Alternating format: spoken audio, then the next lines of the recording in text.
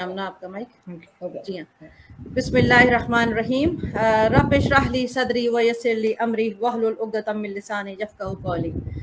I'm back again with another very interesting and most awaited session of Saidat global talk show.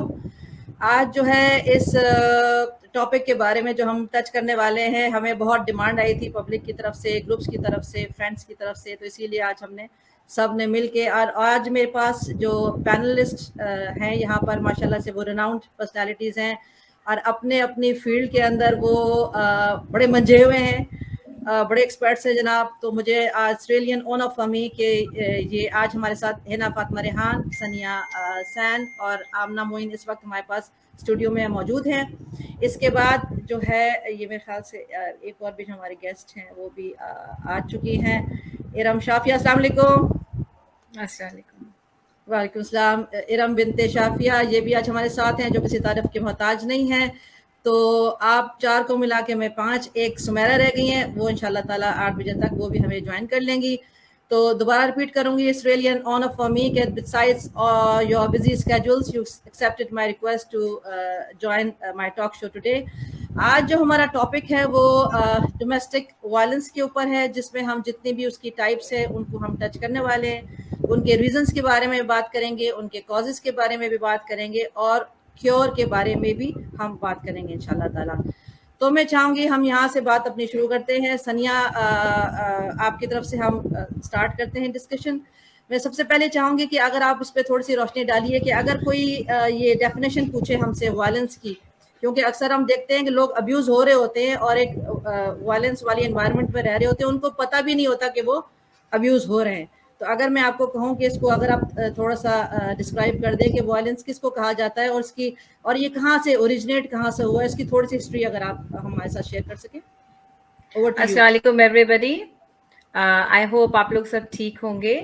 और आज बहुत एक topic ऐसा है कि जो कॉमन भी बहुत है, हिडन भी बहुत है, और लोग जनरली खास तौर पे लेडीज इसको इसके ऊपर बात करने के लिए शर्माती भी बहुत है। और ये एक बहुत बड़ी डिजीज और एक बहुत बड़ी प्रॉब्लम का एक ओरिजिनल पॉइंट होता है, स्पार्क का, किसी भी रिलेशनशिप को खराब करने के लिए। तो वायलेंस बेसिकली ये है कि अपनी अथॉरिटी दिखाना बाय फोर्स, आप बाय लैंग्वेज, बाय आपने जो कोई टूल्स यूज किए हैं वो बाय फोर्स दूसरे के विश को रद्द कर देना और अपनी फोर्सफुली अपनी विश को, अपनी गाइडलाइंस को दूसरे के ऊपर तारी कर देना, इट्स कॉल्ड वायलेंस। बहुत सारी टाइप हैं, फर्दर हम आगे बात करेंगे, और भी पैनलिस्ट हैं जो सब बताएंगे इसके बारे में। मगर एक्चुअली हम लोग ये समझते हैं कि ये जो एक वायलेंस नाम की चीज है, एक जो कहा जाता है कि एक सिंपल लफ्जों में कि मार पिटाई कह लीजिए या किसी भी तरह की वायलेंस कह लीजिए, ये शुरू कहाँ से हुई? तो ये शुरू हमारे और आपके घरों से नहीं हुई है एक्चुअली। पार्ट ऑफ एनएलपी अगर आप डीप स्टडीज करें तो आपके पास रिजल्ट्स आएंगे कि बिल्कुल एशियन टाइम में, पुराने जमानों में, जब किंगडम्स हुआ करती थी, जब कबाइल्स हुआ करते थे, तो वहां पर किसी को भी टेम करने का, किसी को भी अपनी बात मनवाने का, किसी को भी अपनी लाइन पे चलाने का एक ही तरीका होता था, give the beatings and get the results. सख्ती करो और रिजल्ट ले लो आप। तो बेसिकली वो टेमिंग होती है। जब बच्चे छोटे होते हैं, घरों में भी होते हैं, तो एक उनका डोमेस्टिकेशन किया जाता है, उनको पाला इस तरह से जाता है कि उनको एक फियर दिया जाता है, उनको एक एनवायरनमेंट दिया जाता है, जिससे कि उनको ये पता चलता है कि हमें इस एक गाइडलाइन के अंदर रहना है, एक स्लॉट है, हमें उसके अंदर मूव करना है। तो उस स्लॉट के अंदर अपनी गाइडलाइंस के ऊपर चलाने के लिए लफ्जों से, टूल्स से, आप कुछ भी कह सकते हैं, पिटाई से, सख्ती से या पनिशमेंट से जो चीज को टेमिंग की जाती है, इट्स कॉल्ड वायलेंस। तो पुराने जमाने में जितने भी आर्म्स बने हुए थे या जितने भी सोल्जर्स थे, वहां पर कोई रूल्स एंड रेगुलेशंस नाम की चीज नहीं थी, कोई ऐसा एक सिस्टम नहीं था जिसको डेमोक्रेसी कहा जाए या जिसको, तो वहां ये था जस्ट हिट एंड गेट, मतलब आप मारिए और आप गेन कर लीजिए, आप एक दूसरी स्टेट को आप विन कर लीजिए। कैसे? मार के, लड़ के। तो कोई बीच का ऐसा नहीं था कि कोई मॉन्क है या कोई इन बिटवीन पीसफुल हार्मनी वाला कोई वे है। तो ये जो वायलेंस है वहां से जो स्टार्ट हुआ कि जो हेड ऑफ द कंट्री, जो किंग होगा, वो फोर्सेस अप्लाई करेगा और वो अचीव करेगा जो उसको करना है। यही चीज चलते चलते हमारे फोर फादर्स ने क्योंकि वो चीज देखी थी, तो वो हमारे घरों के अंदर तक रूट्स कर गई। अब हमारे घर के अंदर जो हेड ऑफ द फैमिली है, the father, grandfather to then father, उनको ये चीज पता होती है कि बच्चे को मनवाना कैसे है। तो वो जो डोमेस्टिकेशन बच्चे का होता है, राइट फ्रॉम द चाइल्डहुड, बच्चा जो है 2 से 3 साल की उम्र तक बस अपनी जिंदगी जीता है, उसके बाद उसका डोमेस्टिकेशन कर दिया जाता है। आम चीज है घरों में, सबके घरों में, मेरे आपके सबके घरों में पिटाई लगना, कोई चीज नहीं हुई है तो डांटना, चिल्ला देना, चीख देना, घर से बाहर निकालना, पनिशमेंट्स देना, ये बहुत नॉर्मल बात है जो मैं कर रही हूँ। मेरे पास बहुत बहुत केसेस आते हैं कि ये हो रहा है, और जिसका सिंपल एक चीज होती है कि अब हम जब करेक्शन की बात करेंगे तो तब बात करेंगे, मगर ये entry in the house right from the top to the hierarchy system देखें तो टॉप टू बॉटम आती है। जिन बच्चों ने अपने बचपन में बहुत सख्तियां देखी होती हैं, बहुत टाइट एनवायरनमेंट देखा होता है, अगर उनको प्रॉपर गाइडलाइन नहीं मिलती तो वो बहुत जिद्दी बच्चे बनते हैं। बाद में उन जिद्दी बच्चों की कंप्लेंट्स हम सुनते हैं कि वो बहुत जिद्दी हैं, वो बात नहीं मानते। उतने ही स्टबन वो हो जाते हैं अपनी फैमिली को लेकर, अपनी वाइफ को लेकर। नेचुरली जो वाइफ आती है वो भी एक कम उम्र की लड़की आती है फैमिलीज के अंदर शादी होके, जब वो ये देखती है कि मैंने अपने घर में तो ये एनवायरनमेंट नहीं देखा, हालांकि उसने भी ये एनवायरनमेंट देखा होता है, बट क्योंकि वो फादर से मिल रहा होता है या मदर से मिल रहा होता है तो वो एक्सेप्टेड होता है। यहाँ एक दूसरे घर में आके एक चीज होती है कि वो इन लॉज है, तो इन लॉज के लिए हमेशा से ये एक चीज होती है कि वो एक सेकंड फैमिली है। ऑब्वियसली एक मदर ही होती है, और एक मदर इन लॉ ही होती है, भले ही वो लोग कितने ही अच्छे हैं, बट एक फाइन लाइन बीच में होती है। This you can say as a blood relation, a blood means tolerance, you can say it's a blood tolerance, कि ठीक है आपने खून की, आपने बर्दाश्त कर ली। जब वो कुछ टाइम इसको सहती है, कुछ टाइम तक जब उसको लगता है कि चाहे उसके साथ अब वर्बली अब्यूज हो रहा है या उसको स्टॉकिंग किया जा रहा है या उसको लेट डाउन हो रहा है, उसके बाद जब एक टाइम गुजर जाता है तो उसको लगता है यहाँ कुछ बदलने वाला नहीं है, फिर वो रिटेलिएट करती है। जब वो रिटेलिएट करती है तो उसके रिटेलिएशन में जो एक रिएक्शन उसको अपने हस्बैंड से मिलता है वो और ज्यादा एक खतरनाक तरीका होता है। पहले वर्बली बात हो रही होती है, फिर वो हाथों से और टूल्स यूज होने शुरू हो जाते हैं, इट कुड बी एनीथिंग। तो इस तरह से ये चीजें, और फिर जब लेडी समझ जाती है कि इसका कुछ होना नहीं, तो फिर वो रिलेशनशिप अच्छी होने की बजाय और बिगड़नी शुरू हो जाती है, और वो फिर वायलेंस दोनों तरफ से स्टार्ट हो जाती है। कई बार ऐसा केसेस में देखा गया है, मेरे पास भी कई केसेस आए हैं जिसमें इक्वली इन्वॉल्व है लेडी भी, जिसने उसने भी हाथ उठाया, और जेंट्स तो खैर उठाते ही हैं क्योंकि उनको लगता है कि हम हेड ऑफ द फैमिली है, अपनी फैमिली को हमें ऐसे टेम करके चलना है। तो ये बेसिकली बहुत पुराने जमाने से जो चला आ रहा है, ये हमें करेक्शन करना है। और नाउ इज द टाइम, क्योंकि आजकल के जनरेशन बहुत ज्यादा इंटेलिजेंट है, बहुत ज्यादा पढ़ाई की तरफ एक समझने वाली है, मींस मीडिया भी ऑन है, इंटरनेट्स भी है, एवरीथिंग इज देयर, तो उनके लिए चीजें समझना बहुत इजी हो गया है, और वो अब इस चीज पे टॉलरेंस बिल्कुल नहीं है। जैसे पुराने जमाने में जो मदर्स होती थी या ग्रैंडमाज होती थी, वो समझाती थी लड़कियों की, नहीं बेटा ऐसे नहीं, घर को ऐसे करके चलना है। बेसिकली वो उनको कह रही होती थी और बर्दाश्त कर लो, कोई बात नहीं, हस्बैंड ही है, मारा है, कोई बात नहीं। आजकल की जनरेशन क्योंकि पढ़ी लिखी है, लड़कियां अर्न कर रही हैं, शाना में शाना खड़ी हैं अपनी फैमिली की नीड्स पूरी करने के लिए, तो वो टॉलरेंस लेवल बहुत खत्म हो गया है ऑलमोस्ट। इस वजह से जो फैमिली ब्रेक हो रही हैं, जो डाइवोर्स रेट है, और जो आप कह सकते हैं कि नाइतफाकियां हैं, वो एक्सट्रीम पे आ चुकी हैं।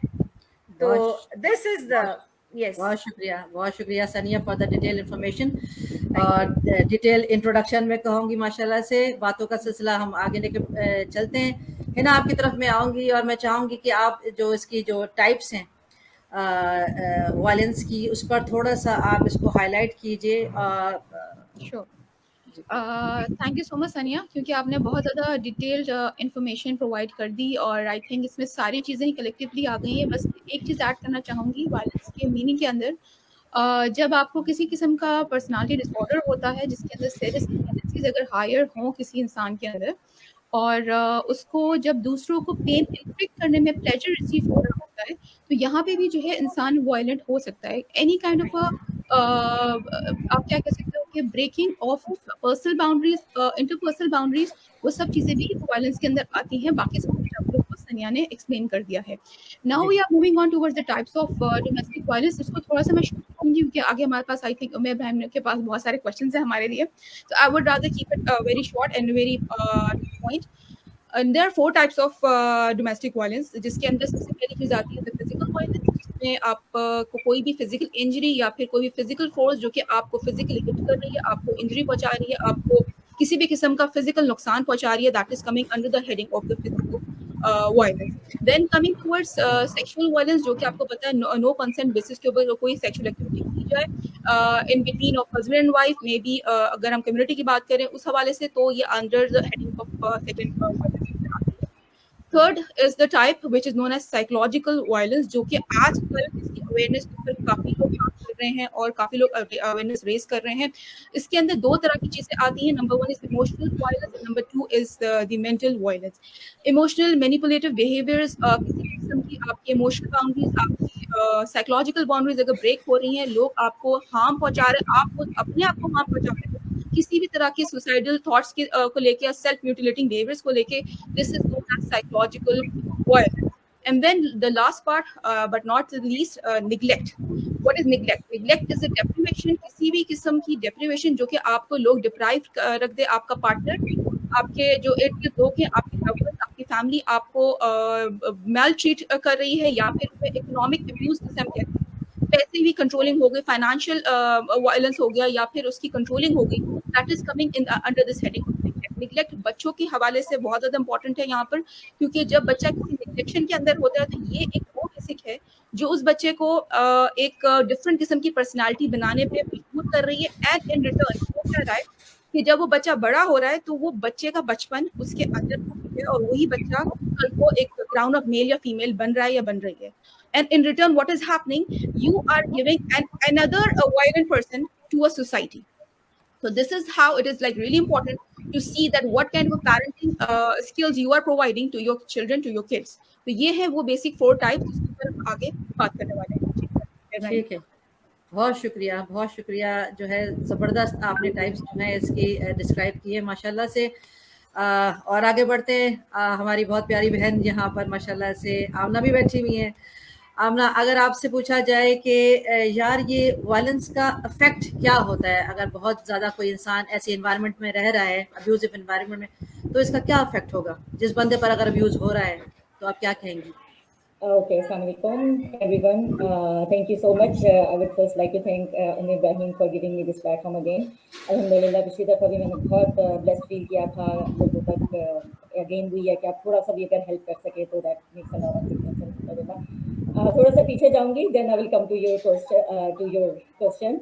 सनिया ने बहुत अच्छे से डिफाइन किया एंड रियली बहुत क्लियर हुआ and very simply it's describe.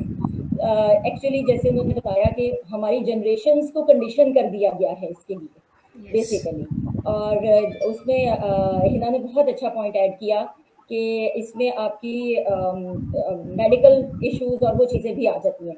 एक पॉइंट जो हम थोड़ा सा मैं फोकस करना चाहूँगी, taking considering the cases I am dealing, genes का इसमें बहुत मेजर रोल है। जेनेटिक इसकी डिस्पोजिशन होती है जो कि लोगों को अवेयरनेस नहीं है इस बात की। Sometimes violent acts are not only observed and conditioned, sometimes they are in your chromosomes, मतलब आपके inheritance में भी आ रहे होते हैं।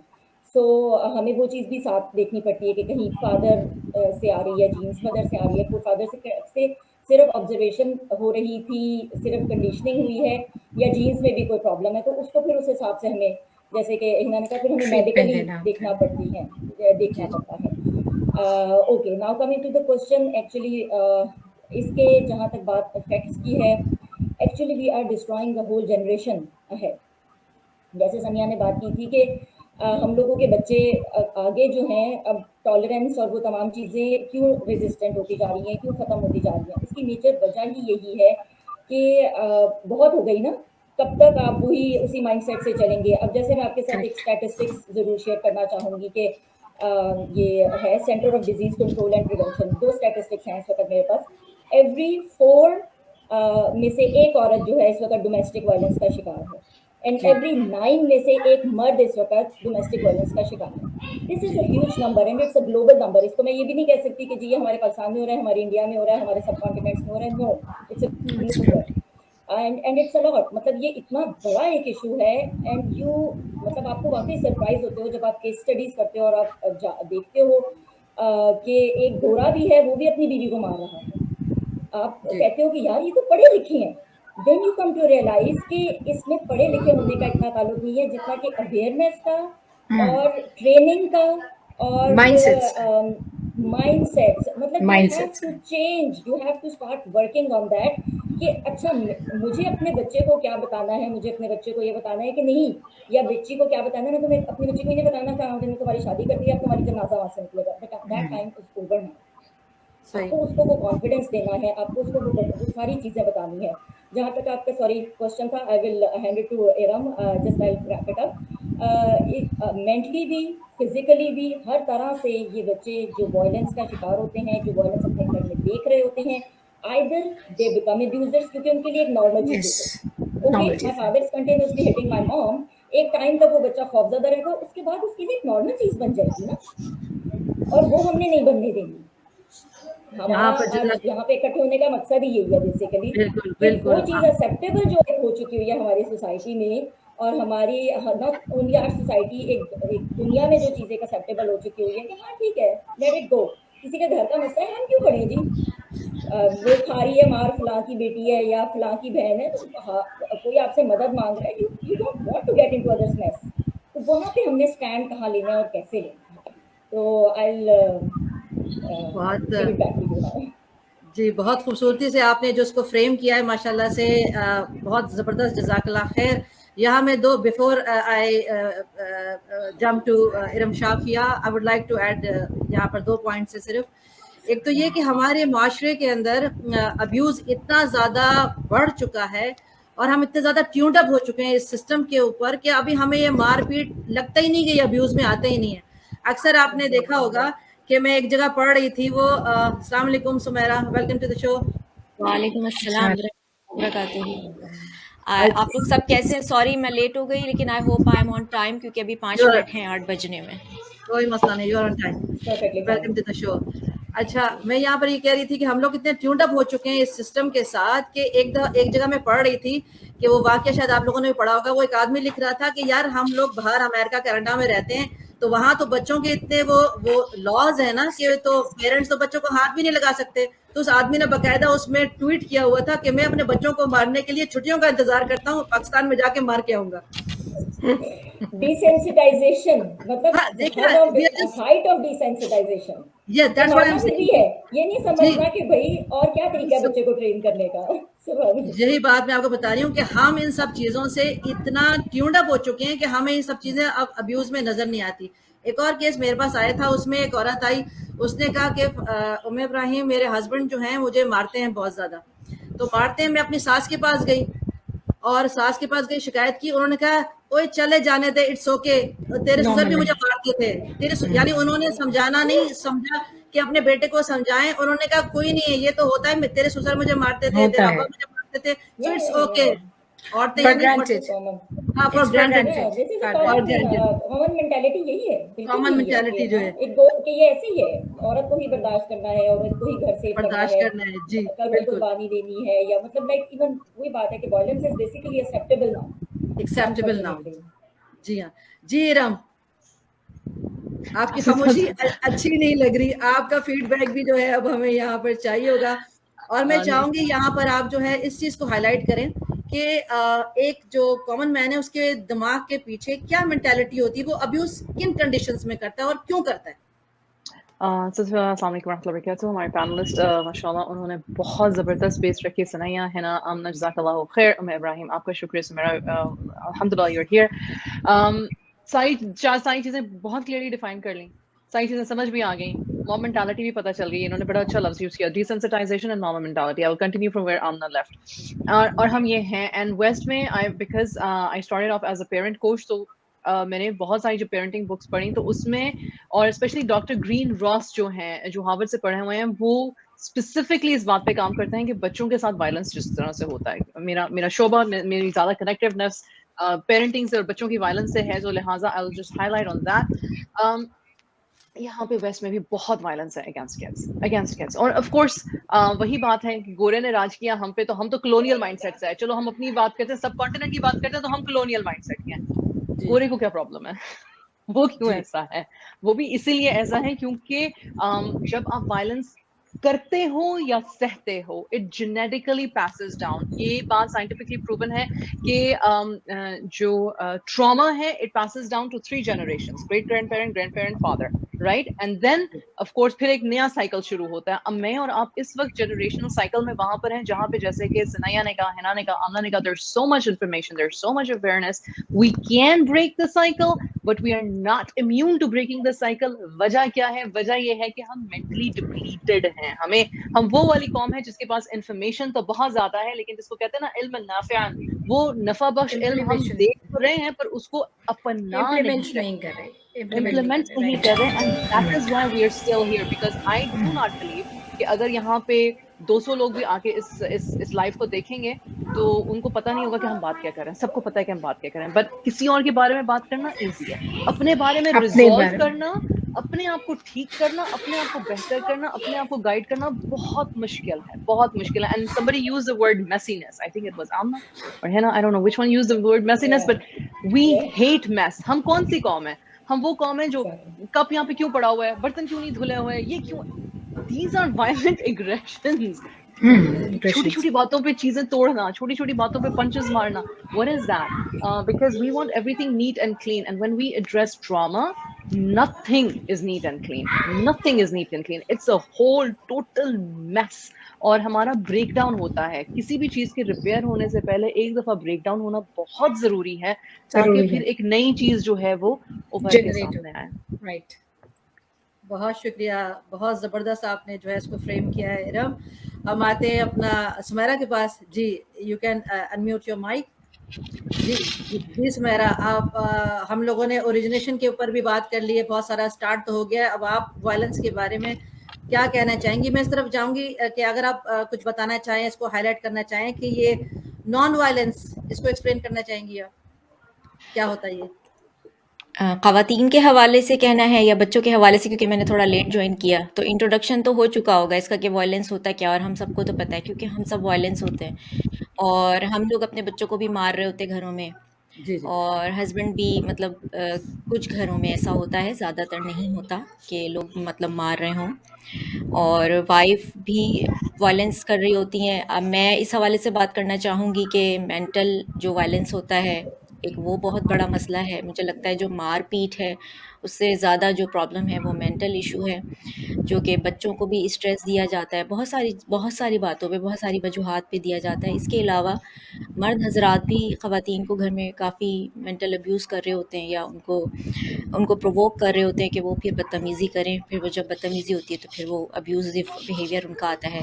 इसके अलावा पाकिस्तान, जैसे कि हमारे ज़्यादातर जो देखने वाले लोग हैं वो लोग होते हैं जो घर में जिसे कहते हैं कि एक मैं तो लफ्ज़ ही भूल जाती हूँ क्योंकि आदत इतनी हो गई है यहाँ पे अकेले रहने की कि जो जॉइंट फैमिली सिस्टम है जॉइंट फैमिली सिस्टम इतना ज़्यादा आम है कि उसको अब थोड़ा सा क्रैक डाउन किया, जिसको एक सूरत से एक तरफ से देखा जाए तो वो भी ठीक नहीं है, क्योंकि जॉइंट फैमिली के अपने फ़वाइद भी बहुत हैं, बेनिफिट्स बहुत हैं, लेकिन क्योंकि वहाँ पे रहना बहुत मुश्किल हो जाता है एक साथ, तो फिर अब लोग अलग रहना पसंद करते हैं, जिसके अपने नुकसान आते हैं। अच्छा, अब वो एक अलग तरह का अब्यूज़ है जो कि सास वग़ैरह कर रही होती हैं, ग्रैंड मदर्स, या फिर आपकी सिस्टर इन लॉ, चाहे वो भाभी हों, चाहे वो नंद हों, या और जो रिलेशंस पे इस तरह जाते हैं। अभी जैसे इरम ने कही है बात, और उनकी क्योंकि मैंने बात सुनी, और इससे पहले यकीनन जो पहले लोग हैं इसमें सेशन में, उन्होंने भी ये बात बताई होगी कि इसका जो रूट कॉज़ है वो हमें देखना चाहिए कि ये कहाँ से प्रॉब्लम चला आ रहा है। और ज़्यादा जो हमारा बिहेवियर होता है वो लर्न होता है, यानी कि हम जो देखते हैं वही सीखते हैं।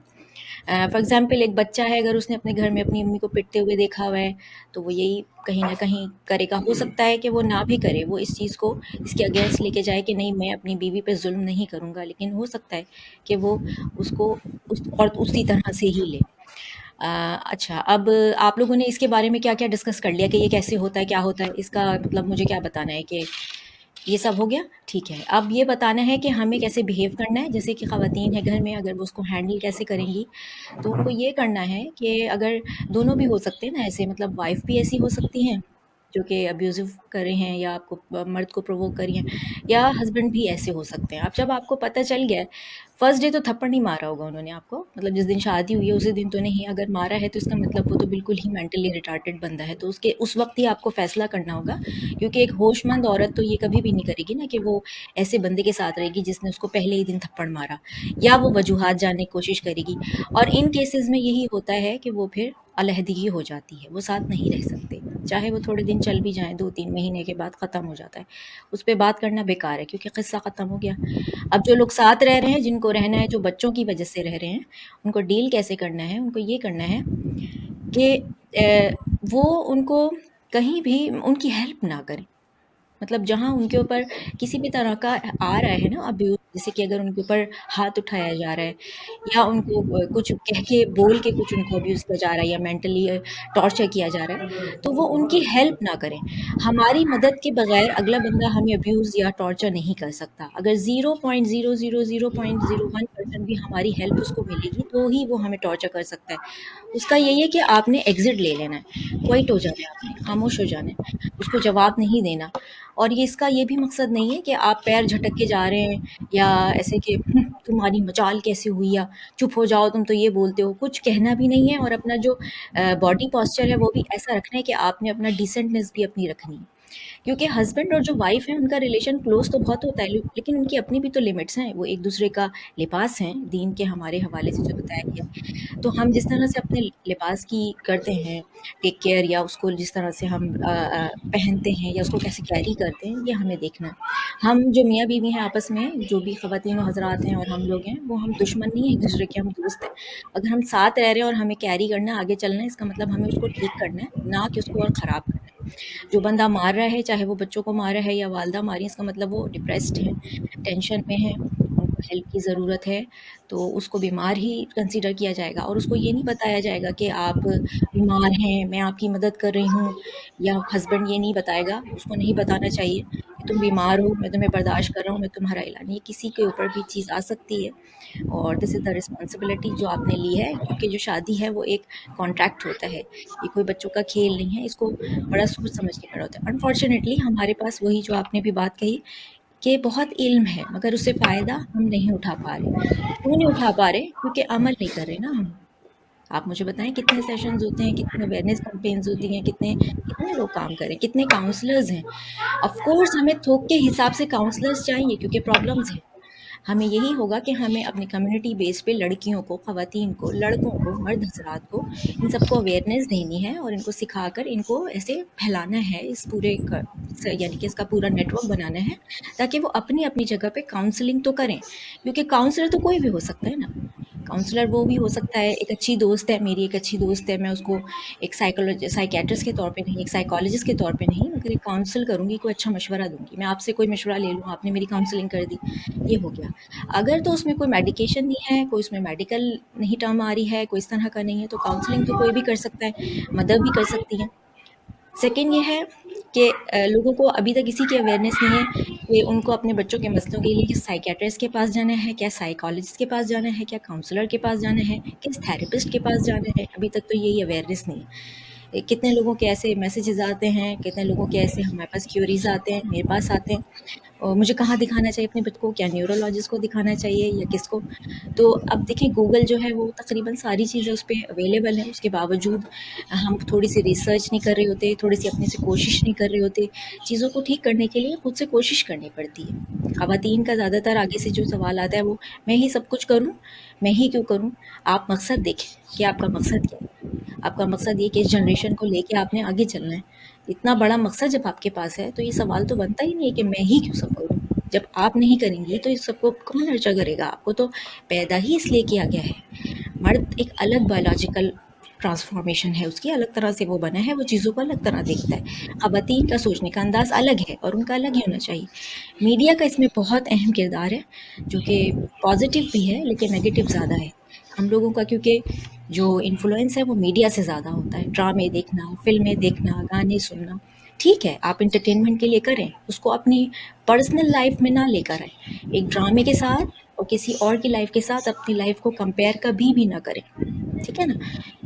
और ये ना सोचे कि मेरे पास ये चीज़ें नहीं हैं, जो चीज़ें हैं उन पे शुक्र अदा करें और उनको बेहतरी की तरफ ले जाने के लिए, बेहतर करने के लिए मेहनत आपको ही करनी है। डिस्कशन नहीं होती है, वाइफ का ये होता है कि मेरे ऊपर कोई ध्यान नहीं है, हालांकि उनको ये पता होता है कि किसी को अपनी तरफ अट्रैक्ट कैसे करना है। ये हुनर अल्लाह ताला ने औरत को ही दिया है, उसको ही पता है और उसको ज़रूरत इतनी ज़्यादा नहीं होती किसी को अपनी तरफ अट्रैक्ट करने की।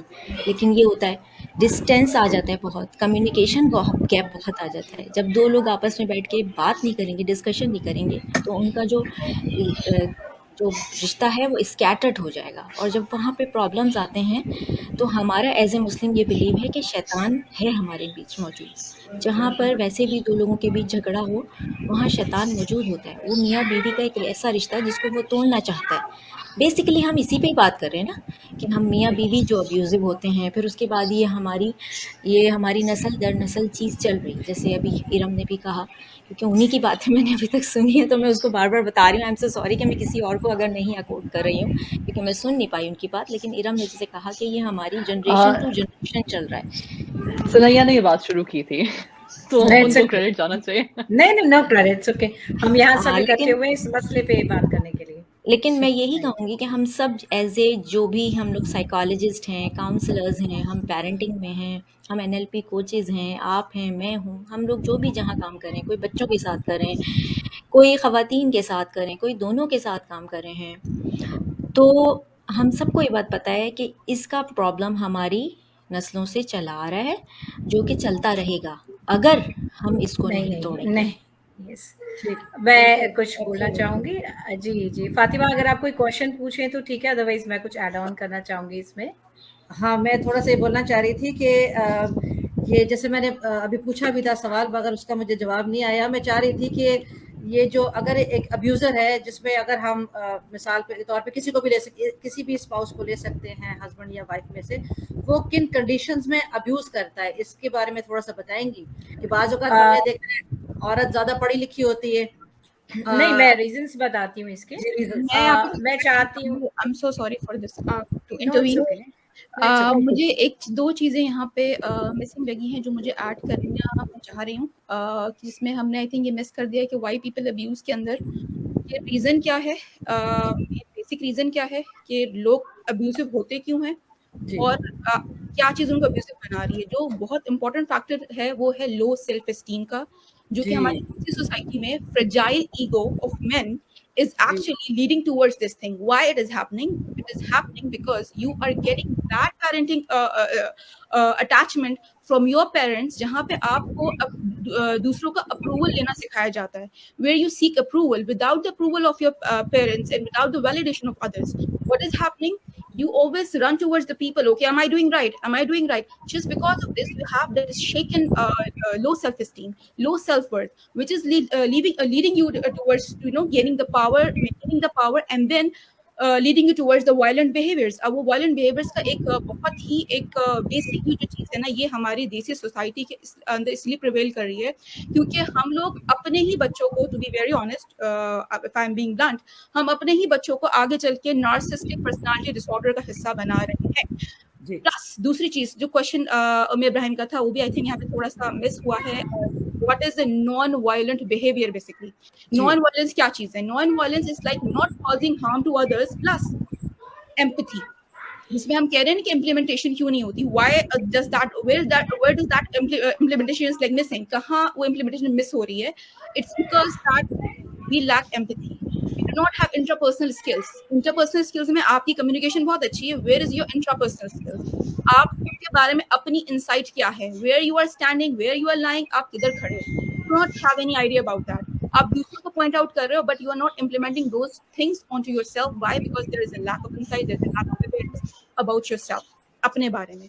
और नॉन वायलेंट बिहेवियर तभी ही आएगा when you have that level of empathy. Empathy की 3 टाइप्स है, जिसके अंदर आपकी जो कंपैशनेट एम्पैथी है, दैट्स द लास्ट वन, जिसमें जो है आप पहले फिजिकल एम्पैथी, आप जो है पहले साइकोलॉजिकल एम्पैथी, आप मेंटल एम्पैथी, ये सब शो कराते हो सामने वाले को। ये चीज़ अगर लैक कर रही है तो आप जो है लाजमी कहीं ना कहीं वायलेंट बिहेवियर शो करोगे। तो ये 2 चीज़ें आपस में बहुत ज़्यादा इंटरकनेक्टेड है, the interpersonal skills inside and then that non violent behaviour and your critical thinking towards yourself.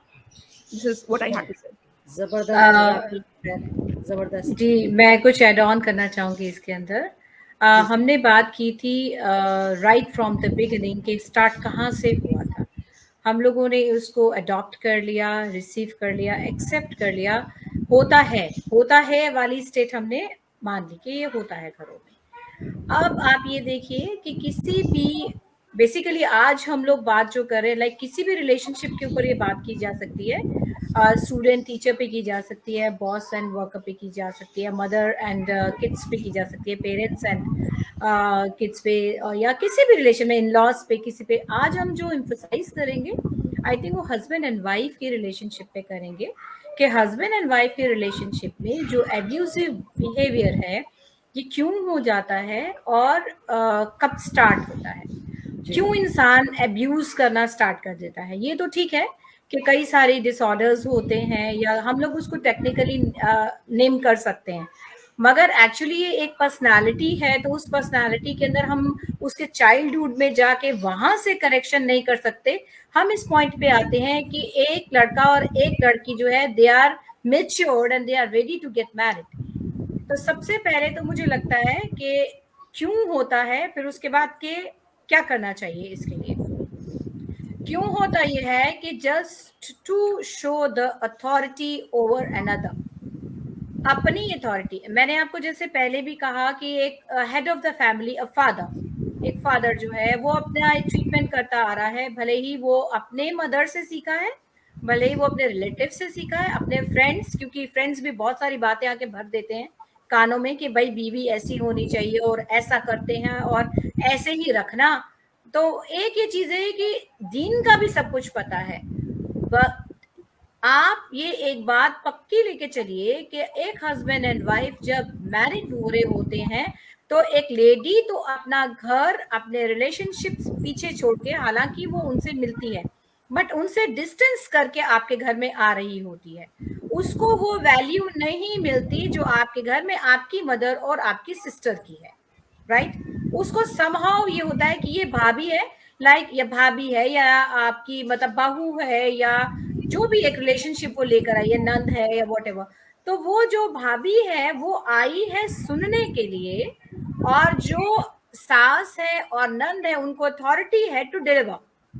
यहां से एब्यूज होना वर्बली स्टार्ट होता है।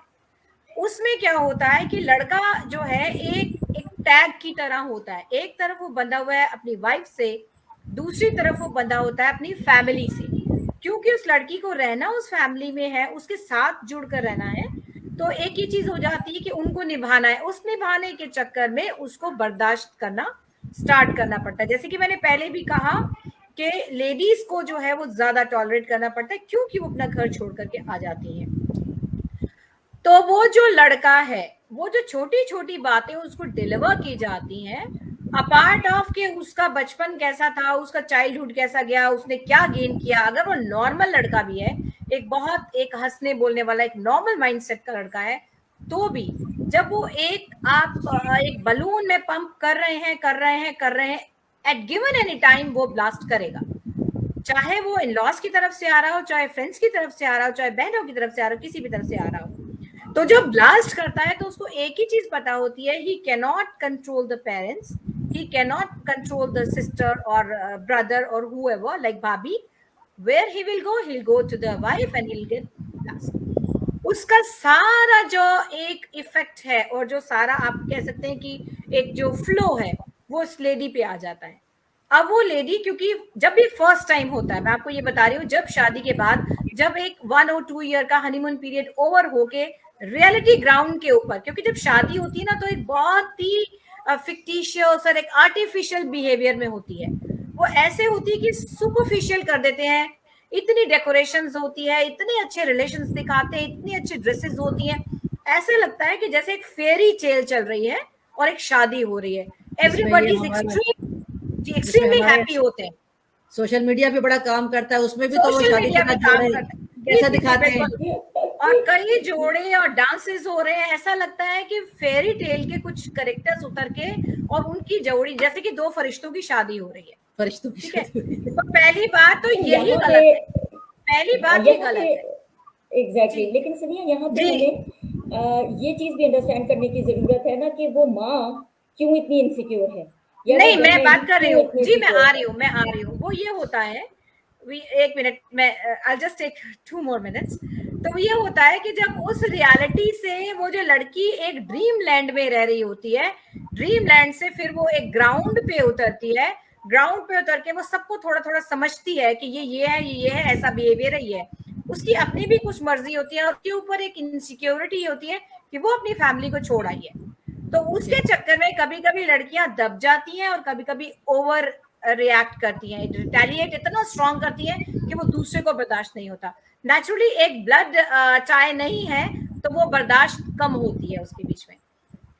अब जो मदर इन लॉ है या सिस्टर इन लॉ है, उनको ही लगता है शादी हो गई है, बस अब हमारा लड़का गया। अब उनको ये लगने लगता है कि वो बेचारी जो आई है वो स्टील करने आई है, जबकि ये एक म्यूचुअल वो है, वो जो दूसरी आई है वो आपका घर बनाने और आपकी जनरेशन को आगे लाने के लिए आई है।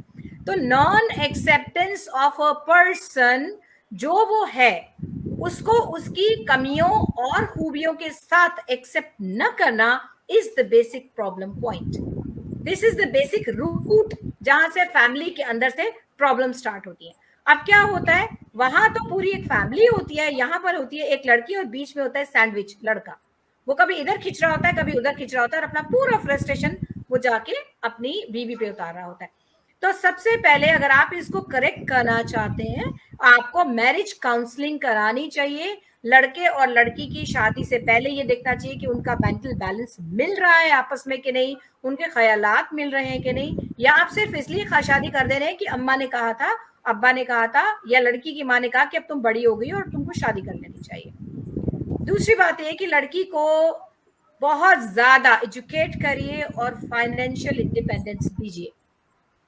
कई बार फाइनेंशियल इंडिपेंडेंस न देना भी सेपरेशन का एक बिग रीजन होता है, जहां लड़की को इनसिक्योरिटी होती है, जहां उसको मांगने पड़ते हैं। मेरे पास बहुत सारे केसेस हैं इस तरह के जो मैंने डील किए और हील भी किए हैं, कि लड़की को पैसे मांगने पड़ते हैं कि मुझे प्लीज थोड़े से पैसे दे दो, मुझे ट्रैवल करके जाना है, मुझे ड्रेस लेनी है, और उसको हर लिए गए पैसे का हिसाब देना पड़ता है कि मैंने इतने पैसे यहाँ गई थी, खर्च किए, इतने में गिफ्ट की। और एक चीज ये, एक जो proportion of the distribution of money है, ये एक बहुत बड़े झगड़े की रीजन होती है, क्योंकि लड़के की तरफ से मेन प्रायोरिटी उसकी फैमिली होती है और लड़की का भी दिल चाह रहा होता है कि वो भी अपनी फैमिली को कुछ करे। नेचुरली वो चाहे उसके घर में बहुत खराब एक एटमॉस्फेयर चल रहा हो, वो जब अपने घर जाती है तो बहुत हंसती हुई, बहुत गिफ्ट्स लेकर के, वही कहती हुई कि मैंने, ये पेरेंट्स को तब पता चलता है जब एक बहुत बड़ा डैमेज हो चुका होता है रिलेशनशिप के अंदर। हाल ये हो गया होता है कि दोनों हस्बैंड एंड वाइफ एक कमरे में होते हैं और घंटों तक उनके बीच में कोई बात नहीं होती, दोनों के बीच एक वॉल्केनो होता है। जब बच्चे आते हैं तो जो एक एरप्शन होता है वॉल्केनिक, वो बच्चों पर जाता है, कभी वो पिट रहे होते हैं, कभी डांटे खा रहे होते हैं। और यही फैमिलीज में होता है, हम लोग बोली को अपनी, मजाक को अपनी इतना इजी कर दिया है कि किसी को भी अगर हम टॉन्ट कर रहे हैं, टीज कर रहे हैं, तो हमने इसको कहा मजाक हो रहा है, चलता है। किसी की पर्सनालिटी को लेके, किसी की शक्लो सूरत को लेके, एजुकेशन को लेके, बैकग्राउंड को लेके, रिलेशनशिप को लेके हम बहुत ओपनली बोलते हैं, और किसी में अगर कोई कमी है तो हम उसको बहुत एग्जैजरेट करके बताते हैं, और कोई खूबी है तो उसको हम छुपा भी लेते हैं। बेसिकली ये चीजें अब तक जो होता आया फाइन, मगर आज अगर हम सोचे कि हमारे इस शो से ही कुछ लोग ठीक करेंगे, तो बात करना शुरू करिए, समझिए कि आपको काउंसलिंग की जरूरत है। मैं नहीं कहती कि आप लोगों के पास जाइए, आप हस्बैंड एंड वाइफ खुद बैठ के बात करिए ना कि हमारे घर में ये माहौल गलत है, आइए हम बात करके सुलझाते हैं। उसके लिए एक दिमाग का सुकून होना बहुत जरूरी है, एक सोसाइटी से नैप लेना बहुत जरूरी है, एक थोड़ा सा सोसाइटी से कट ऑफ होके मी टाइम दीजिए। मी टाइम में जब आप अपने आप को इवैल्यूएट करेंगी तो आप अपने अपने अंदर की गलतियां भी समझ जाएंगी, वरना ये होता है कि सारी गलतियां आप जब हस्बैंड वाइफ को पूछिए तो वो 100% मिस्टेक्स उसकी बताता है, वाइफ की, वाइफ हस्बैंड की 100% बताती है। जब हम एनएलपी की काउंसलिंग करते हैं तो हम स्विच करते हैं ड्यूटी वर्सेस राइट्स, और हम दोनों को कहते हैं अब तुमने अपने अपने राइट्स तो बता दिए, क्या प्रॉब्लम कहाँ चालू होती है, जब हस्बैंड को अपने राइट मालूम हो कि मेरी बीवी को ये करना है, वाइफ को अपने राइट्स मालूम हो कि मेरे हस्बैंड को ये करना है, और ताने भी इसी पे पड़ते हैं, तुमने ऐसा नहीं किया, तुमने ये नहीं किया था, मेरे लिए वो नहीं किया था। आप राइट्स को रखिए कॉर्नर में और अब स्विच करिए, कॉल इट स्विच। अब अपनी अपनी ड्यूटीज पेपर पे लिखिए। मैंने कई सारे लोगों के रिलेशनशिप्स ठीक किए हैं उनसे पूछ के कि तुम्हारी क्या क्या ड्यूटी थी जो तुमने नहीं की, और जहां पर क्लैशेस शुरू हुए। बहुत अच्छा आपने यहाँ पर जो है वो पॉइंट रेस किया है कि हम लोग हर एक जो है जो ये मैरिटल रिलेशनशिप की बात करते हैं तो उसमें सबको अपने राइट्स का पता होता है, उसी की, हाँ, मगर ड्यूटीज, और वही वाली बात है, अगर दोनों अपनी ड्यूटीज, हाँ, फराइज निभाने लग जाएं तो सबको उनके राइट्स मिल जाएंगे।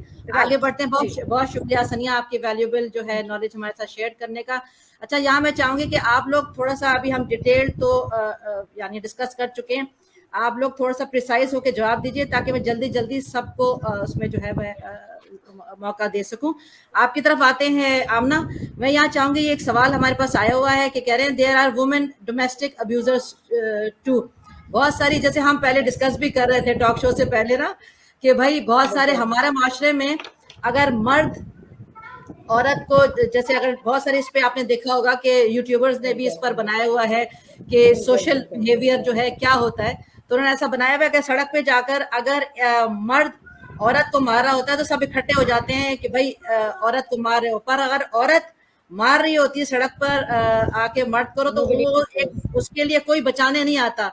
और इस वक्त मैंने बताया था कि आपको एक सोशल मीडिया पे आजकल एक वीडियो जो है वो वायरल भी हुई है जिसमें वो आदमी रो रो के बता रहा है कि मेरी बीवी मुझे रोजाना मारती है, और वो उसपे वो क्लिप मजाह यानी फन वीडियो के तौर पर मजाहिया बन गया, मजाहिया उस पे सर्कुलेट हो रही है और सब उस पे हंस रहे हैं और वो रो रहा है, और उस पे यानी कोई रिएक्शन किसी ने, एक बंदे ने नीचे नहीं लिखा कि ये वायलेंस है, अब्यूज है। आप इसके बारे में क्या कहती हैं? एब्सोल्युटली, बिल्कुल 101% दिस इज एब्सोल्युटली राइट। जैसे कि मैंने पहले भी स्टैटिस्टिक्स कोट किए हैं कि 4 में से 1 औरत और 9 में से 1 मर्द, this is a big number, जो कि इस वक्त फिजिकली और इमोशनली या साइकोलॉजिकली या फाइनेंशियली जो भी वायलेंस की टाइप्स जैसे हिना ने एक्सप्लेन की थी, किसी न किसी फॉर्म में वायलेट हो रही हैं वो सारी चीज़ें। जहाँ तक बंदों का ताल्लुक है, either it does not depend upon the gender. हमें ये चीज़ अंडरस्टैंड करने की ज़रूरत है, it is not gender specific, ये हमारी ट्रेनिंग का हिस्सा है।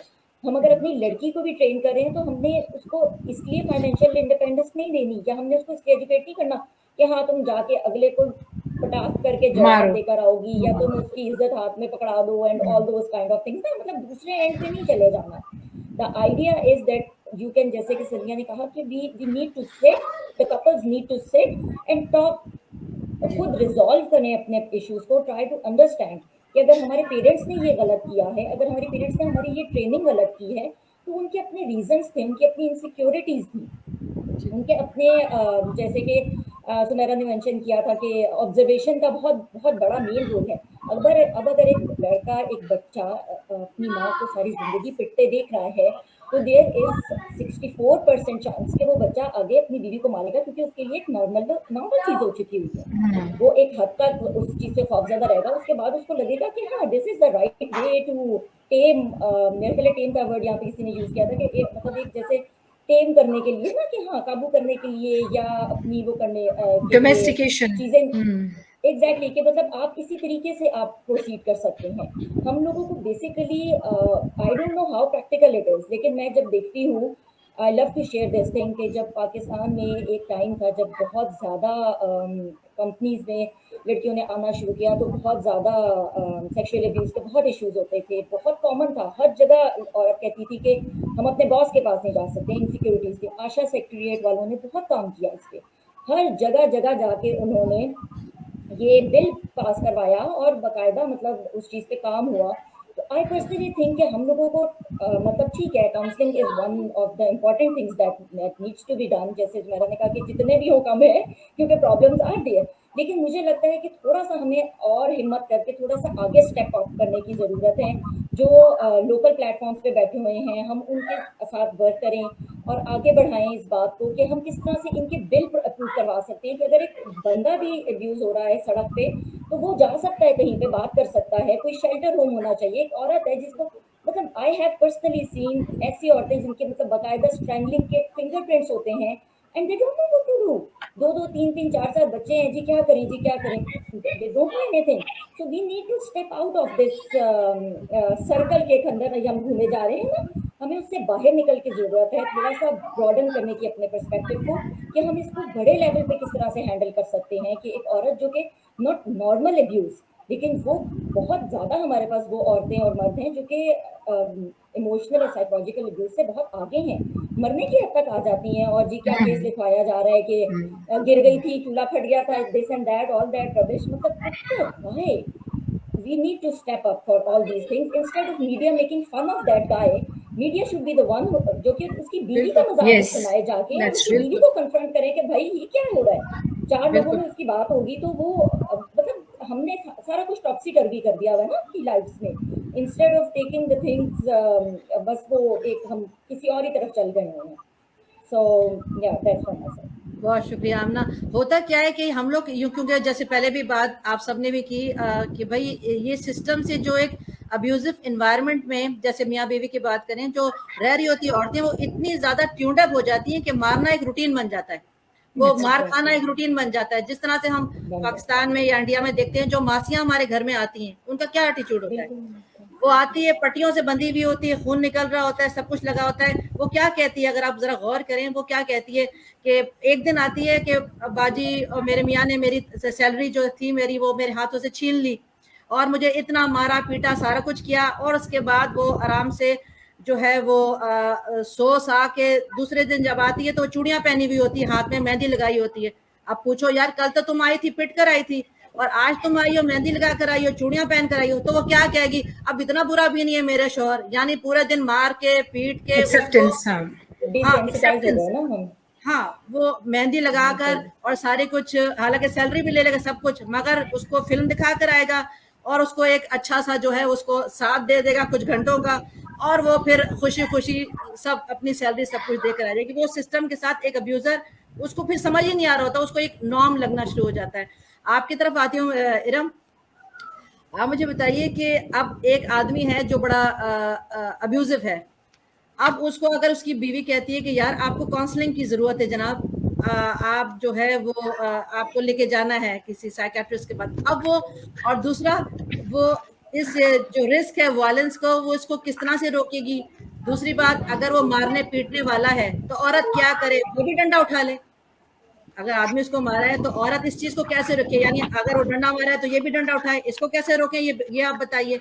दूसरा ये बताइए कि अब वो अपने शौहर को ये बताना चाहती है कि भाई तुम्हें ट्रीटमेंट की जरूरत है भाई, तो वो उसको कैसे लेके जाए, कैसे तैयार करे?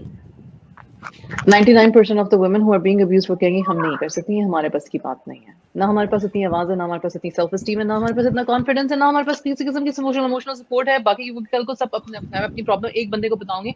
अगर मैं थेरेपिस्ट के पास खुद भी जा रही हूँ, अगर मैं छुप के, बिकॉज हम सारी जो प्रोफेशनल औरतें हैं, हमारे पास ऐसी बहुत सारी क्लाइंट्स होंगी, लेकिन एक तो कम से कम होगी जो कहती है मैं अपने हस्बैंड से छुप के आपको पैसे पे कर रही हूँ, मैं अपने पैसे यहाँ से पे करवा रही हूँ, उनको ना पता चला है। All of them, Yes. exactly. Please don't tell anybody. ठीक है, मैं आपको भिजवा दूंगी, प्रॉमिस, मैं आपको पैसे भिजवा दूंगी। आपकी एक बात और करती हैं कि हस्बैंड से पूछ के ट्रीटमेंट शुरू करती हूँ।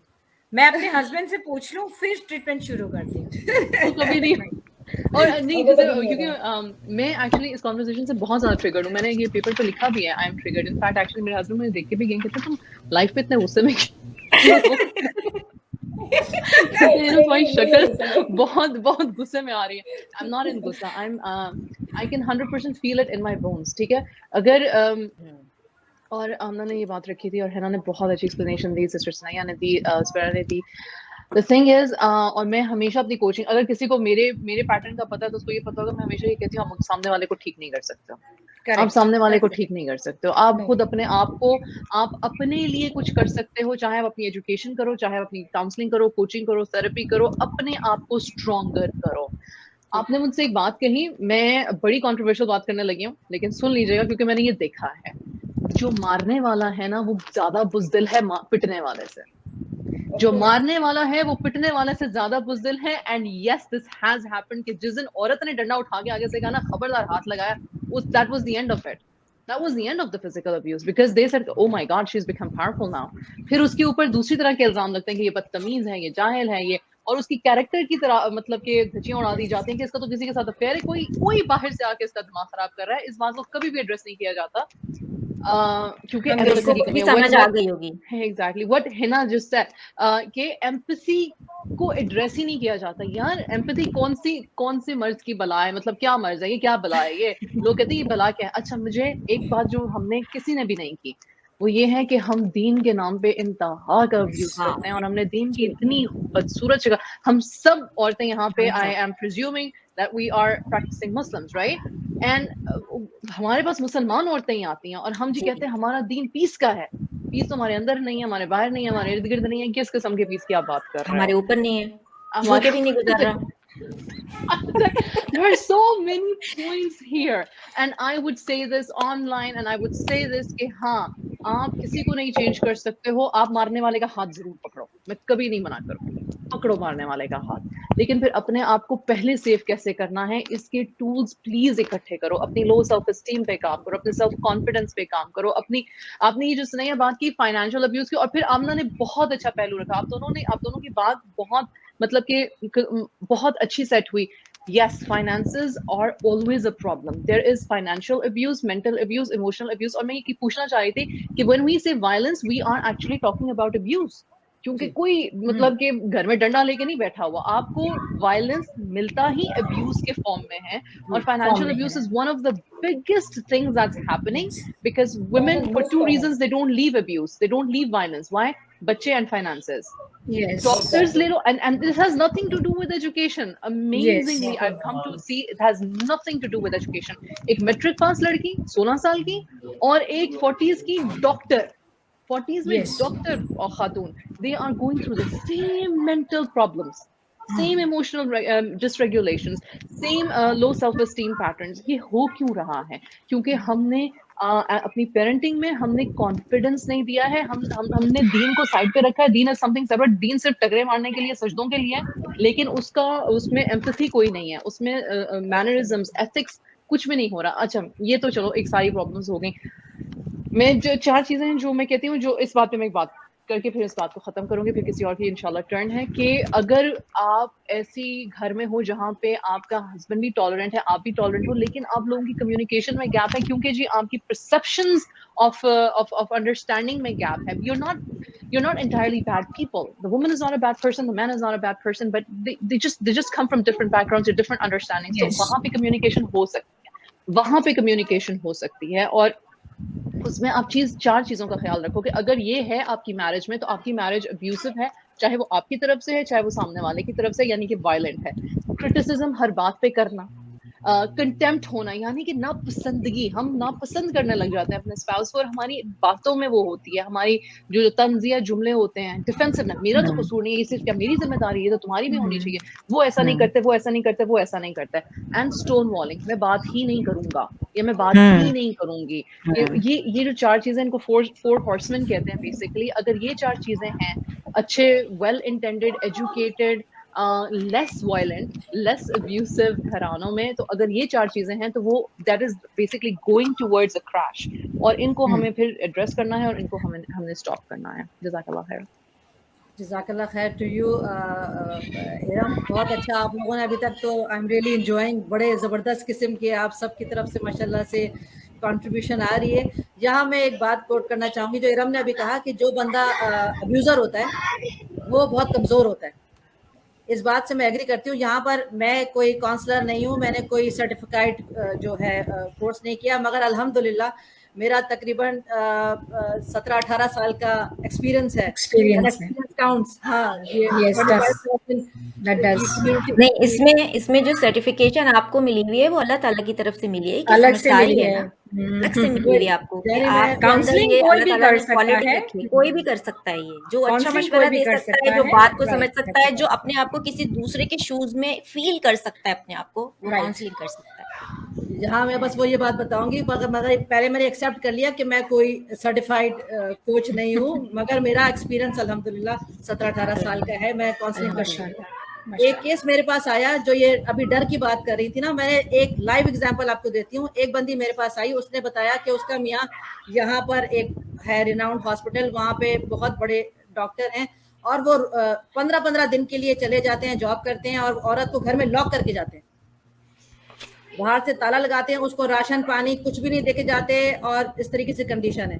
तो खैर उस औरत ने मुझे फ़ोन किया, जल्दी सुनाऊंगी छोटा उसको करके मैं वाकया, क्योंकि आपने कहा ये बड़ा स्ट्रॉन्ग पॉइंट है, इसलिए मैं सुनाना चाहती हूँ ये कि वो रोजाना लॉक करके जाते हैं। अब उस औरत ने मुझे फ़ोन किया, पता नहीं कहाँ से नंबर मिला, और रोजाना मुझे फ़ोन कर रही है, रो रही है। मैंने कहा देखो बहन, मेरे पास किसी का रोने का सुनने का टाइम नहीं है। I am not that type. If you want to change your life तो फिर मेरे से बात करो। अगर सिर्फ रोना शोना निकालना है, एक दफा निकाल लो, पर हर रोज मैं आपका रोना नहीं सुन सकती, ठीक है। मैंने कहा तुम इस सिचुएशन से बाहर आना चाहती हो?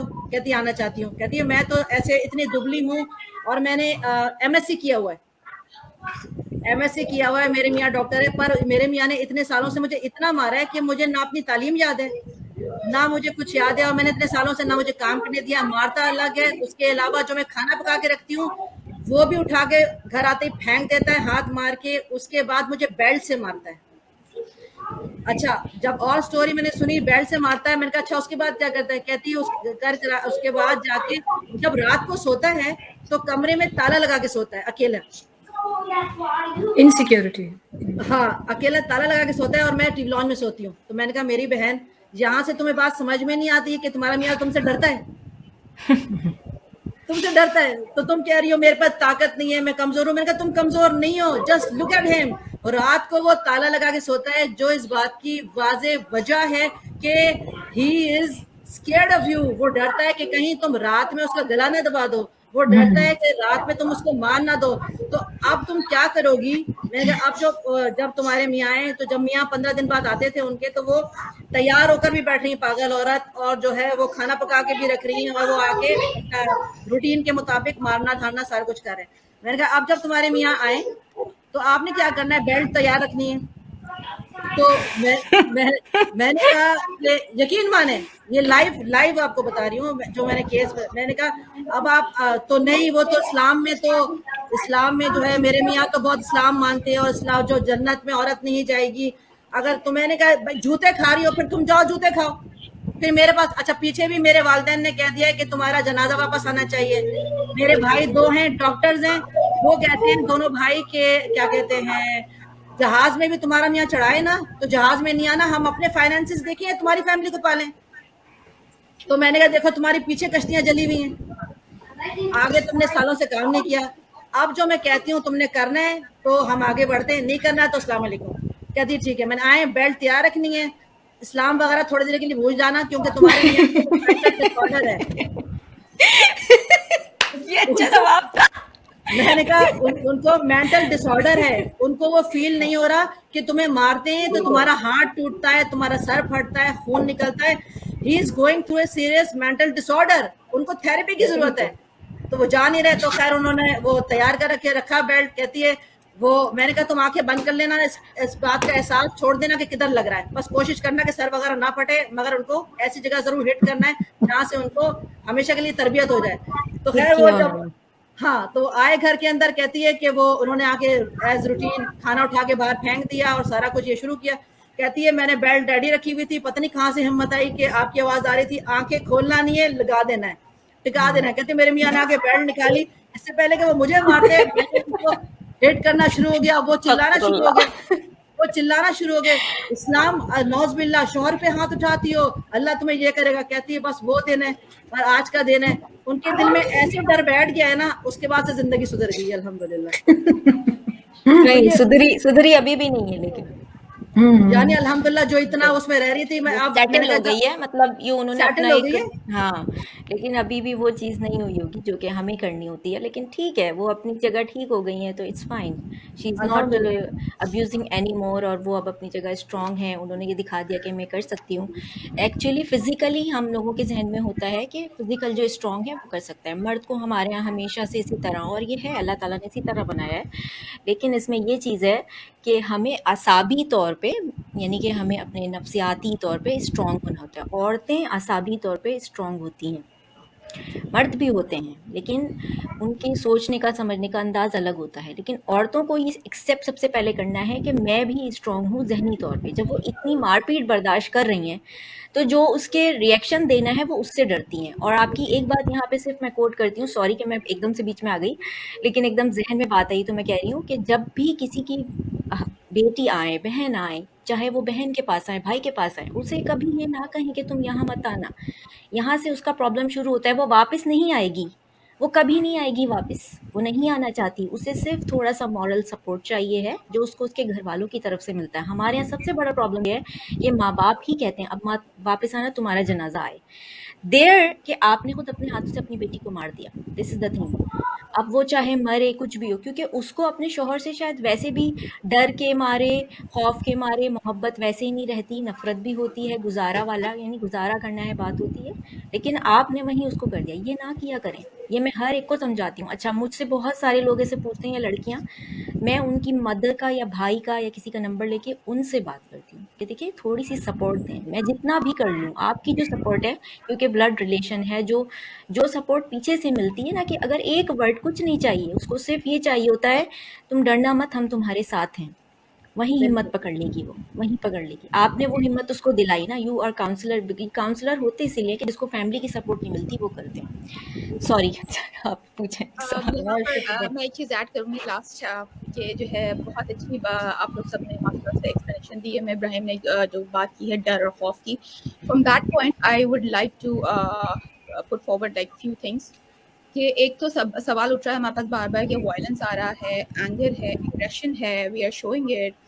द क्वेश्चन इज कि स्टेम कहाँ से हो रहा है। अब अगर हम एंगर की बात करते हैं कि जो गुस्सा आता है तभी हम मारपीट करते हैं, गुस्सा आता है तभी हम जो है पैसिव एग्रेशन शो करते हैं टुवर्ड्स योर स्पाउस। गुस्सा itself it's nothing. Gussa is just a symptom. Gussa is just that symptom that there are like 15 reasons under that iceberg of anger. What is that? Fear. Number one is the fear. A fear, if you're talking about both the genders, if you talk about men, मर्दों को क्या fear है? They have that fear, insecurity, औरत हाथ ना निकल जाए, मेरी ego ना hit हो जाए, I have to control. That is the fear again. Parents क्या कहेंगे, सोसाइटी क्या कहेगी, एंड ऑल दैट। ये गैरत होती है ना, अगर पढ़ी लिखी होती है, ज्यादा पढ़ी लिखी औरत होती है, उसमें भी आदमी इनसिक्योर हो जाता है। Yes.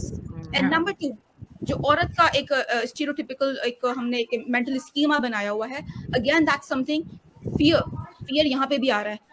दैट शैकल्स जो हमारे माइंड सेट और बिलीफ सिस्टम में इनग्रेन किए गए हैं व्हाइल ग्रोइंग अप, कि जो है okay this is the stereotype of a woman, that woman should stay submissive down to the earth, stay one step behind from the man, whatever he is doing, just try to accept the way he is, right? आपके लिए पीछे के दरवाजे बंद है, ये वाली चीज जो है कि पीछे के दरवाजे बंद है, I don't have a moral support, I don't have any financial independence, so right here what is happening, that fear is again, you know, overcoming everything, your personality, your thoughts, your belief system. So it means कि आपका belief system ही यहाँ से पूरा जो है disturbed है। irrational baseless evidences जो कि आपने दिमाग के अंदर खुद बनाए हुए, communication skills जीरो हो जाती है just because of that irrational fears की वजह से ही मर्द भी गलत काम कर रहा है, fears की वजह से औरत भी वही जो है उसके कहते हैं ना रिस्पॉन्ड बैक करना, अपने आप को डिफेंड करना, वो नहीं कर पा रही। तो दोनों जेंडर्स में जो मेन हिस्सा है वो है फियर का, और फियर ही अंदर से एंगर का एक एलिमेंट उठा रहा है, और इसके अंदर डिसअपॉइंटमेंट है, हेट्रेड है, बहुत सारी 10,000 चीजें आ जाती हैं इसके अंदर। So this is अच्छा, एक चीज इसके अंदर एक चीज और ऐड होगी, फियर के अलावा जब एक इंडिविजुअल में जब उसका ब्रॉटअप हो रहा होता है, एक सेल्फ कंटेंट न होना, पहली बात तो इरम की बात से मैं बिल्कुल 100% एग्री करती हूँ। दीन को एक एक्सप्लेन तरीके से पर्सनालिटी के अंदर उतारना इज अ मस्ट। बताना पड़ेगा कि there is a fine line जो कुदरत की तरफ से बनाई गई है। आप एक सेट पैटर्न के लिए उतारे गए हैं बीइंग अ वुमेन, और एक आदमी एक सेट पैटर्न की तरफ उतारा गया है। ये दो अलग चीजें हुई ब्रॉट अप में। लड़के को पालिए एक लड़के की तरह मुहज्जब, उसको सिरतुल नबी पढ़ाइए कि देखिए ये था, ऐसे बढ़ाया जाता है, ऐसे एक हम्बल और एक जेंटल मैन जो होता है वो एक्ट करता है। एक लेडी को भी जब बताया जाए तो एक जैसे फातिमा बीबी थी, उनके हिसाब से रज़ियल्लाहु ताला अन्हो, उनके हिसाब से कि उनके अंदर भी ये था, छोटी छोटी चीजों के लिए डिमांड्स ना करना, बल्कि वो क्रिएट ना करना, घर में टॉलरेंस रखना एक दूसरे के लिए। दूसरी बात ये होनी चाहिए, हम करेक्शन की तरफ चल रहे हैं, how we do the correction. दूसरी तरफ हम ये चल रहे हैं कि राइट फ्रॉम द बिगिनिंग, जब बेटी आपके घर में पैदा होती है, उसके दिमाग में ये मत करिए कि तुम पराई हो, तुम्हें जाना है, तुम पराई हो, तुम्हें जाना है। नहीं, ये उसका घर है right from the birth till the death. Okay. दूसरी बात, उस लड़के को भी ये बताना है कि सिर्फ ऐसा नहीं है कि तुम एक लड़की को ला रहे हो और सारा काम उसको करना है। उसको बताइए कि जब नबी सल्लल्लाहु अलैहि वसल्लम कूड़ा फेंक सकते थे तो तुम भी घर के काम कर सकते हो, तुम भी ग्लास उठा सकते हो, तुम भी प्लेट्स। इससे क्या होगा, कंपैटिबिलिटी पैदा होगी। लड़का लड़की को डाउन नहीं समझेगा, उसकी इंपॉर्टेंस समझेगा और ये समझेगा कि हाँ वो लड़की वाकई एक बाईं पसली से है और उसको मैं सीधा करने की ट्राई ना करूं। और लड़की को भी अपने हदूद पता होंगे कि मुझे ये लाइन क्रॉस नहीं करनी है। यहाँ से हम ब्रॉटअप सिस्टम से चेंज करना स्टार्ट करेंगे। अब मान लीजिए उनकी शादी हो गई है, शादी में कुछ प्रॉब्लम्स आ गई हैं, तो मैं दोनों तरफ के रिलेटिव से, खासतौर के पेरेंट्स से ये रिक्वेस्ट करूंगी कि बायर्स ना हो, अपनी बेटी को पंप ना करें, अपने बेटे को पंप ना करें कि वो तो है ही ऐसी, उनका खानदान भी गंदा है, उनके अंदर ही गंदा ही है। या लड़की ये ना कहे कि वो तो जालिम है, वो ऐसे। पैचअप करने की कोशिश करिए, बैठिए, बात करिए, मसलों को बात करिए, सपोर्ट करिए। अगर एक लड़की जा रही है एक ससुराल में, तो एक सास को चाहिए कि बिल्कुल उसको वो वैल्यू दे जो उसकी अपनी बेटी की है, वही रिस्पेक्ट, वही वैल्यू, रादर ज्यादा, क्योंकि वो सेक्रीफाइस करके आई है। होगा ये कि जब उनकी बेटी रुखसत होकर जाएगी तो वो यही मॉरल्स लेके जाएगी कि मेरे घर में तो भाभी को इतने अच्छे से रखा जाता है, मुझे भी ऐसे रखा जाएगा। या एटलीस्ट वो उनको बेटी की रिस्पेक्ट नहीं दे सकते तो बहू की तो रिस्पेक्ट दें। नहीं, मैं बेटी की तरह ही करूंगी, क्योंकि बेटी की तरह ही करूंगी, क्योंकि एक बेटी लफ्ज ऐसा है कि वो बेटी नहीं है, जो चीज होती है ना, नहीं, बहू जो चीज होती है ना, वो उसको थोड़ा सा एक कहते हैं कि पराया कर देती है। एक बेटी ऐसी चीज है जो अपना ही है। जैसे हम फ्रेंड के भी किसी बच्चे को कहते हैं नहीं मेरी बेटी है, तो you have the same feelings like जो आप अपने बच्चे के। इसलिए अगर आपको किसी के लिए कोई गुड करना है, कुछ अच्छा करना है, आप वही फीलिंग रखिए जो आप अपने बच्चों के लिए रखते हैं, तभी आप किसी का भला कर सकते हैं। इसी तरह से ग्रूम के लिए भी कहूंगी कि जब वो एक ग्रूम को करें तो उसको एक दामाद बना के फॉर द टाइमिंग सर पे ना बिठाएं, आर्टिफिशियल बिहेवियर ना करें, एक जो एंजल वाली मैरिज है वो ना करें, ग्राउंड रियलिटी पे लाएं कि वो भी गलतियों का पुतला हो सकता है, उसके अंदर भी बहुत सारी कमियां हो सकती हैं। आप उसको अपने बेटे की तरह ही रखिए और उसको बता दीजिए कि अगर हम अपने बेटे को डांट सकते हैं तो हम तुम्हें भी समझा सकते हैं। एंकर डालना, वैसे बहुत प्रोटोकॉल दिया जाता है हमारे माशरे में। जी, ये जो है ये एंकर डालना कहते हैं। नहीं, इसको एंकर डालना कहते हैं। एक ऐसे एंकर क्रिएट करिए जो हार्मनी दोनों में क्रिएट करें, डिस्टेंस क्रिएट न करें। और तीसरी बात, उनको लिबर्टी टू लिव देनी चाहिए। वो अपनी मर्जी से अपने हस्बैंड के घर में अपने हिसाब से रह सकती है। और वायलेंस का फर्स्ट स्टेप आपको कब रोकना है? जब ये पहली बार आपके साथ हो। वो पहली बार आपकी मदर इन लॉ करे, चाहे फादर इन लॉ करे, चाहे हस्बैंड करे, चाहे वो डंडा उठा रहे, चाहे कुछ, first time you have to say no, not acceptable, not acceptable. और हमेशा ही रिजेक्ट करना है। नहीं, और आपने अगर फर्स्ट टाइम कह दिया चलो चलता है, या हस्बैंड है उसने मार पीट लिया, प्यार कर लिया, तो उसको फॉरगिव नहीं करना है अनटिल अनलेस कि आपके पास रीजनिंग ऐसी स्ट्रांग आए कि वो, अगर उसने आपकी बेइज्जती सरेआम करी है तो उसको माफी भी सरेआम मांगनी है। आपको इक्वल रहना है घर में। आप कहीं बाहर जाते हैं तो आप ये नहीं करेंगे कि हस्बैंड के सर के ऊपर चढ़ के कूदने लगे। नहीं, आपको उसकी वाइफ ही बन के जाना है। लाइक आपको उसको प्रायोरिटी देनी है, आपको देनी है। मैंने कई खवातीन को देखा है, वो मॉल में खड़ी भी चिल्ला रही होती है, क्या कर रहे हैं बच्चे वहां यहाँ। तो ये बिहेवियर जो है, ये correction right from the childhood. ये तो आपने ऐसे टॉपिक्स ले लिए हैं फातिमा जी के कितने बात खत्म एपिसोड होने हो वाली है। जाएंगे, कितने एपिसोड हो जाएंगे इसमें तो। ये अभी basically, हम right, ये इसी में से- 2-4 सवाल रह गए हैं, वो हम फिर उसको वाइंड अप करेंगे। मैं इन लॉज के चैप्टर के ऊपर अलग जिसमें करें आप आप। जी। जी आप सबकी जरूरत होगी उसमें, तो इन लॉज के लिए तो ऑब्वियसली एक Sure. डिटेल्ड सेशन चाहिए। बस और वो फिर बच्चों- क्लोज में कीजिएगा ताकि वो हमारे इन लॉस तक ना पहुंचे। हमारे इन लॉज तक ना पहुंचे। मैं चाहती हूँ ये ऑन एयर हो और पूरी दुनिया में जाए कि एक 5-6 लेडीज बैठ के अगर वो कुछ कह रही हैं तो उनकी बात की कोई वैल्यू है, हमारी सुन तो दुनिया ले ना उसको, वीरान हो हम जाए सुन उस तो सेशन ले। के बाद से। I don't think so कि ये सब चीजें इतनी जल्दी जो है चेंज नहीं हो रही है चेंज हो जाएंगी। क्यों? देयर इज अ रीजन ये है कि हम पढ़ते बहुत कुछ हैं। अगर हम इस्लामिक पॉइंट ऑफ व्यू से भी चले बात करते हैं कि ठीक है इस्लाम में ये लिखा है, इस्लाम में ये लिखा है, ऐसा होना चाहिए, ऐसा होना चाहिए। The problem is the contextual meaning, जो कि बहुत एक बेसिक चीज है जो मिसिंग है हमारे अंदर से। We pick up the things जो कि हमारे बिलीफ सिस्टम से मैच करती है, right? And then we keep on maintaining the same old belief. देखा इस्लाम में ऐसा लिखा हुआ है, देखा ऐसा है। और उसी को हम सही साबित भी करना चाहते हैं। देखा मैंने तो डिवोर्स कहा लेने था। वाली औरत को जन्नत की हवा नहीं छुएगी। जन्नत की हवा नहीं छुएगी। Right, the context is missing here. आप जो खवातीन जो मॉडल करके जो बिहेवियर शो कर रही हैं अपने बेटों को, और जो मर्द हजरात जो अपने एज अ फादर मॉडलिंग कर रहे हैं in front of their kids, what they are getting. क्योंकि हम ये वाली बात मैं आपको सच बताऊं कि ये जो नसीहत, ये बैठ के बातें सुनाना और बेटा समझ लो, बेटा ऐसा है, इट डजंट वर्क। मेरे एक्सपीरियंस के through it doesn't work. Why? जब तक आप मॉडल करके एक चीज नहीं शो करोगे कि ये चीज हमारे सोसाइटी में, हमारी फैमिली में ये चीज चली आ रही है, you have to follow this, वो चीज नहीं हो सकती। यहाँ पे हम लोग 8 सेशन कर लें, 15 सेशन के लास्ट मेरा अपना होप रॉयल के ऊपर सेशन था which was particularly on narcissistic mother in laws, जिसकी वजह से मैंने ऐसी खवातीन जो डील की हैं जिन केसेस को, जिसमें वो मार खा खा के आ रही हैं, like with blood and everything, like बहुत खतरनाक केसेस हमने डील किए थे, लेकिन फायदा कुछ नहीं हो रहा। जो बंदा वहां जहाँ पे है ना, वो वहीं पर ही है। ये जो हमारे सेशन जरूर नहीं, ये तो एनवायरनमेंट की प्रॉब्लम होती है। जब तक ऐसे केसेस में, आपके वाले केसेस में कई सारे फैक्टर्स होते हैं। मैंने एक बेसिक बात की कि हम अपने बच्चों को सोसाइटी के लिए फर्दर ग्राउंड रियलिटी से कैसे बड़ा करेंगे। और दूसरी बात जो आप बात कर रही हैं, ये एनवायरनमेंट की बात है। अगर उस घर का एनवायरनमेंट ही खराब है, then you have no choice, आपको एनवायरनमेंट बदलना ही पड़ेगा। क्योंकि अगर कितनी भी वैल्यूएबल चीज है, अगर मान लीजिए कोई मर्सिडीज है, मर्सिडीज को आपने गैराज में खड़ा करके कूड़ा डाल दिया, वहां उसकी कोई वैल्यू नहीं है। तो आपको उस जगह पे रहना जरूरी है जहां पर वैल्यू हो। वैल्यू कहां से स्टार्ट होगी? इस यंग एज में कैसे बदलेगा?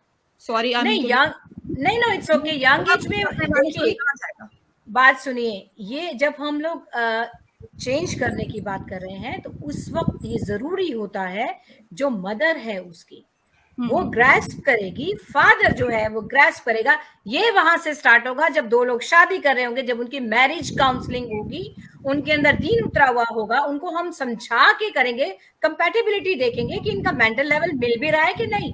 ये सिर्फ इसलिए तो शादी नहीं करा कि मम्मा ने कहा था शादी कर लो, तुम 21 साल के हो गए।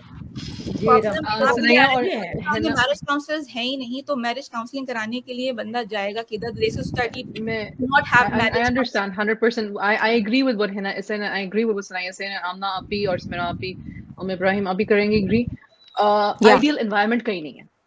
We create our environments. ठीक है, आप दोनों की बात बिल्कुल सही है। और उसका मुद्दा यही है कि आइडियल एनवायरनमेंट कहीं पे भी नहीं है। वी क्रिएट आइडियल एनवायरनमेंट्स, और ये सारी बात इसलिए हो रही है who is ready to create that environment. And it is extremely messy, and not everybody is going to be able to do it in 6 months or 6 years. कभी-कभी 16 साल लग जाते हैं, कभी-कभी सारी जिंदगी गुजर जाती है। Again, यहाँ पे वो वाली बात आती है कि टेस्ट किस पे कितना भारी है। बिल्कुल, एक रिस्पांसिबिलिटी। एक्चुअली मैंने रिसेंटली एक केस ठीक किया है, अभी हील किया है बहुत रिसेंटली। उसमें पेरेंट्स की तरफ से बहुत प्रॉब्लम थी। 5 के 6 मेंबर्स एक तरफ थे, बहू एक तरफ थी, अकेली थी। हस्बैंड सैंडविच था, rolling stone, somewhere here somewhere that side. जब वो अकेले में होता था तो वो जेम ऑफ अ पर्सन होता था, बहुत अच्छा होता था, एक्सट्रीमली गुड। वो खुद कहती थी मेजरली केसेस वैसे ऐसे ही होते हैं। और जब वो इन-लॉज के यहाँ जाती थी तो वो इतनी लेफ्ट अलोन होती थी वो, इट्स लाइक वो सब एक होते थे, इवन बेटा भी जो होता था वो अपने पेरेंट्स के अंदर ही घुसा हुआ था, and she is the only one who sitting alone and bearing it. तो उनका केस कैसे ठीक हुआ, मैंने उसको सिर्फ इतना ही बोला। और वो लेडी सिक होती जा रही थी, उसके अंदर ऑटो इम्यून डिजीज आ चुकी थी, उसको डायबिटीज हो गई थी, थायराइड हो गया था, ओबेसिटी उसको हो गई थी, ब्लड प्रेशर उसको हो गया था। आज की डेट में उसकी चारों मेडिकल प्रॉब्लम सॉल्व हो गई हैं। इसलिए सॉल्व हो गई हैं कि मैंने उसको सेल्फ वर्थ बताई, सेल्फ कंटेन होना बताया, और ये बताया वो जो तुम्हें कह रहे हैं कि मान लो तुम्हारी शक्ल पे कह रहे हैं, तो क्या वो जो कह रहे हैं वो सही कह रहे हैं, तुम बिलीव करती हो उसमें? अगर तुम बिलीव नहीं करती तो बाकी सब जीरो है तुम्हारे लिए। If the husband is good with you over there, then just be there. अपना एनवायरनमेंट कम से कम यहाँ पर रखो। तुम्हारी उनसे नहीं बनी, राइट, इन लॉज की भी तुमसे नहीं बनी। मैं तुम्हारी सास को समझा नहीं सकती, तुम्हारे इसको मतलब इन लॉज को नहीं समझा सकती, फादर इन लॉ को, मदर इन लॉ को, सिस्टर इन लॉ को। मैं तुम्हें और तुम्हारे हस्बैंड को समझा सकती हूँ। एटलीस्ट 365 डेज में से 10 डेज अपने ब्लैक डेज समझ लो। उस ब्लैक डेज को लेके जब तुम घर आती हो, बाकी के 350 डेज तुम अपने हस्बैंड से लड़ना नहीं, उसको कैरी ओवर मत करना, अपने हस्बैंड को ताने मत मारना। उसके हस्बैंड को रियलाइज होता है कि मेरी माँ तुम्हारे साथ बहुत खराब सलूक करती है, मैंने कहा that is enough, that's a humble person. वो मान रहा है कि गलत हो रहा है तुम्हारे साथ, मगर उसको ये भी पता है he can not change mother, father, sister और ब्रदर। वो स्टॉकिंग कर रहे हैं and he is shameful, but he is hopeless that he can't do anything. आप उसको एक्सेप्ट, आप उसको अगर 10 दिन स्पेयर कर दोगे ना, तो आप जो है, गलती से मैं नाम भी ले जाती हूँ, तो आप उसको जो है 350 डेज आप फिर तो समझा 350 डेज नहीं 350 डेज आप पैराडाइज में हो सकती हैं। तो it's a barter, it's a barter. आपको ये चाहिए या आपको वहां जाके अपनी अथॉरिटी दिखानी है 10 दिन के लिए, रेस्ट 350 डेज लड़ाई चलनी है। तो उसको बहुत अच्छी तरह समझ आ गया, उसको ये आ गया कि मैं उनको नहीं बदल सकती हूँ, मैं हूँ, मैं जो बिल्कुल इतनी सी बात थी, ये इतनी सी बात थी, मगर आपको इतनी सी बातें उनकी, ये उसके लिए नहीं थी, मगर ये इतनी छोटी सी बात, ये समझ होनी चाहिए लोगों में। सुमेरा 28 इयर्स ले लिए उनकी इतनी सी बात में, उनके बच्चे जवान हो गए, वो आज भी रो रही है। आज आके उसने मुझसे कहा सनिया क्यों मैंने ये बात पहले नहीं समझी? मैंने कहा क्योंकि आप मिली नहीं थी, आप मिली नहीं थी। मैरिज काउंसलिंग इसीलिए स्टार्ट की है मैंने कि प्लीज शादी से पहले लड़का लड़की को एक बार आप इकट्ठा भेजते हैं रेस्टोरेंट में फ्लावर देने के लिए, डिनर्स खाने के लिए, काउंसलिंग के लिए भी भेज दो यार, बहुत थोड़े से पैसे लगते हैं, कंपैटिबिलिटी पता चल जाती है। किसी बहुत इंटेलिजेंट लड़की की शादी बेवकूफ से मत करिए, वो सारी जिंदगी उसको कंट्रोल ही करता रहेगा। और किसी बहुत इंटेलिजेंट आदमी की शादी लोअर लेवल से ना, एटलीस्ट मेंटल कंपैटिबिलिटी मिलनी चाहिए। खानदान मत मिलाइए, दिमाग मिलाइए, पसंद मिलाइए उनकी, जी पसंद नापसंद मिलाइए। ऐसा ना हो कि उस लड़की को जो है वो मॉडर्न ड्रेसेस बहुत पसंद हो और आप कहें नहीं शलवार सूट ही पहनना है, मुंह ही ढकना है, सेपरेशन वहीं से शुरू हो जाएगा। तो इसलिए फर्स्ट थिंग ब्रॉटअप चेंज करिए। जो भी लोग देख रहे हैं वो महंगे महंगे ब्रांडेड सूट ना लें, काउंसलिंग करवाएं पहले, इसकी ज्यादा नहीं। और एक बात ये कि लोग एक्सेप्ट नहीं करते कि हमारी प्रॉब्लम है, लोग जानते हैं, लोग बाहर पूरी दुनिया को बताएंगे कपड़े, बहुत गंदा आदमी है, बैग्स, मेकअप, ये इतना हो गया है कि बस अब सब पीछे। दूसरा फ्रेंडशिप बहुत चूज करें, फ्रेंडशिप। वो अपने सारे दोस्तों को क्या, अपने पूरे खानदान को बता देंगे कि मेरा हस्बैंड बहुत गंदा आदमी है, और हस्बैंड के सामने उसको बहुत अच्छा बना के रखेंगे। जब वो हस्बैंड बाहर जाएगा तो हर आदमी उसको एक अलग एक एंगल से देख रहा होगा, तो उसको एक कंफ्यूज्ड वो मिल रहा होता है कि ये क्या हो रहा है मेरे साथ। जहां पर आपने जो बड़ी स्ट्रांग बात की है, सॉरी टू इंटरप्ट यू सनिया, कि जो ये अब्यूजिव कैरेक्टर का इंसान होता है ना, जो आदमी, ये बाहर दो चीजों से, एक तो ये होता है कि ये बाहर बहुत अच्छा मिलता है, लोग क्या कहेंगे, जी लोग क्या कहेंगे, ये बहुत अच्छा मिलता है, अच्छी इमेज बना के रखता है, इमेज जिसने बना के रखी होती है। हाँ, तो मेरे कहने का ये मतलब है कि बाहर लोगों के पास जाके अपनी घर की बातें एयर करने की बजाय अपनी बीवी, अपने हस्बैंड के साथ बैठिए, बात करिए, अगर आपकी इंटेंशन है तो। और अगर कई लोग तो ऐसे होते हैं कि वो 50 साल गुजार जाते हैं मगर कहते हैं कि वो हमें सच्चा प्यार मिला ही नहीं, सच्चा प्यार। और वो ये भी पूछते हैं कि हम बात क्या करें, हमें बताना पड़ता है कि आप क्या बात करें। हाँ, फिर मैं उनसे कहती हूँ कि नहीं कर लूं फिर बात फोन पे उनसे। लेडी को एटलीस्ट आप भाई फिर आप ही नहीं कर सकती बात, तो मैं क्या बात करूंगी। लेडी को अगर अपने हस्बैंड को ठीक करना है तो उसको खुद को काउंसिल करके करना है, प्रिपेयर स्ट्रॉन्ग करना है कि अब मैं अपने हस्बैंड के साथ ऐसे बात करूंगी। टैकलिंग ऑफ स्पाउस सीखना जरूरी है। बहुत शुक्रिया। आपने जिस तरह से बात की, हम इसको नटशेल में ये कहूंगी कि ये बंदा जो है वो टू फेस्ड होता है, बंदा जो भी है इसकी, हाँ, डुअल पर्सनैलिटी का होता है। अगर औरत बाहर चिल्लाकर भी कहेगी ना ये ऐसा करता है, तो कोई इसको यकीन नहीं करेगा, मान नहीं करेगा। अच्छा, मेरी बहन आमना बहुत देर से खामोश बैठी है यार, आपको भी मैं इस तरफ लेकर आऊंगी। मुझे आप ये बताओ कि यार होता ना, ये एक बड़ा आम सा जुमला है हमारी सोसाइटी में, आदमी जितना मारे पीटे जो कुछ भी कहे, पर उसकी फैमिली क्या कहती है, यार दिल का तो बड़ा अच्छा है। तो मैं ये कहूंगी, तो आप है ना, कहते हैं ना वो फेसबुक में भी, सोशल मीडिया में ये जुमला बड़ा है कि यार दिल का तो बड़ा अच्छा है, बेशक मार डाले, कुट डाले, कुछ भी कर जाए, पर दिल का बहुत अच्छा है। तो ऐसे दिमाग का तो सही नहीं है, ऐसे दिल का क्या सही। तो ऐसे दिल के अच्छे के बारे में आप क्या कहती है? Is there an excuse for violence? नहीं, there is absolutely no excuse for violence. अब जैसे मुझे हिना का पॉइंट बड़ा अच्छा लगा था कि जो narcissistic, I don't like labelling to be very honest, but मुझे ये बहुत अच्छे मज़े की टर्म लगी इन द सेंस बेसिकली जहाँ पे हम ये बात कर रहे हैं ना कि थोड़ा सा सनिया का लूँगी, थोड़ा सा हिना का उठाऊंगी कि जहाँ पे ये बात हो रही है ना कि अच्छा पंप कर रही हैं और उसके बाद फिर वो लावा की तरह फट रहा है, इसी तरह की बात हो रही थी ना, तो उसमें एक फैक्टर ये भी आ जाता है जो बहुत कॉमन सुनने में आता है फ्रॉम मदर इन लॉज के, हमने तो ये कुछ बर्दाश्त किया, हमने तो प्रेगनेंसी में और इतने महीने के पेट के साथ और हमने फसलें काटी हैं, we did this and did that और पता नहीं क्या क्या ना। तो वो एक रिवेंज की जैसे एक फीलिंग आती है आपको कि हाँ हमारे साथ हमने किया, तुम भी करो, हम क्यों ना, मतलब अब हमारे सुकून का टाइम है या अब हमारा वक्त आ गया है। तो उससे अगेन ये these are the factors basically, ये मुझे जरा yes it's a circle of life basically कि वो घूम रहा होता है कि अच्छा अपना बदला हम इंतजार कर रहे होते हैं। और हमारे माशरे में अनफॉर्चुनेटली फिर औरत भी अपने आप को उसी वक्त फील करती है जब उसका बेटा हो जाता है कि हाँ जी ठीक है अब मेरे पास आ गया ना पुत्र, तो अब मेरा टाइम आएगा, वो वाली चीज बेसिकली। तो that is actually mindset change करने की बात है, माइंडसेट चेंज करने की बात है। और मैरिटल काउंसलिंग जैसे इन्होंने कहा ना कि किस तरह हम पहुंचाएं लोगों तक, किस तरह हम उस चीज को करें, कॉन्सेप्ट ही नहीं है, किस लेवल पे स्टार्ट करें। बेसिकली वही बात है कि आप जिस महफिल में बैठे आप लोगों को थोड़ा थोड़ा ब्रेन वॉशिंग करते जाएं, जहां आपको किसी शादी में मिल रहा है, ऑप्शन मिल रहा है, जहां आपको मदर इन लॉज की एज के हिसाब से पता लग रहा है, मतलब थोड़ा थोड़ा करके आप ब्रेन वॉशिंग कर सकते हैं बेसिकली। और जहाँ तक ये है कि जी दिल का बहुत अच्छा है जो आपने क्वेश्चन किया था, तो देयर इज नो सच, अगर वो दिल का अच्छा है ना तो वो हाथ का भी अच्छा ही होगा, ऐसा नहीं है कि वो नीलो नील कर देगा। और and then there is definitely, जैसे अभी किसी ने क्या बताया था कि बिल्कुल ब्लड शेड के साथ आ रही हैं दिस एंड दैट और नीलो नील होकर आ रही हैं, उस केस में अगर वो दिल अच्छा है तो वो अपने पास ही रखे और जाके अपना इलाज करवाए पहले, फिर वापस आ जाए, हम अच्छा दिल रखें। But these are the things जहाँ पे वायलेंस बहुत ज्यादा एक्सीड कर जाते हैं ना, तो ये चीज जो सराउंडिंग लोग हैं उनको भी अंडरस्टैंड करने की जरूरत है, उनको भी कॉपरेट करने की जरूरत है इस सेंस में कि join hands and help that lady और हेल्प दोज किड्स, इवन जो माहौल में उस एनवायरनमेंट पे पल रहे हैं, दैट ही नीड्स हेल्प, उसको करेक्शन का सबसे जबरदस्ती लेके जाएं, जो भी आप लोगों के पास रिसोर्सेज हैं, this should be your priority.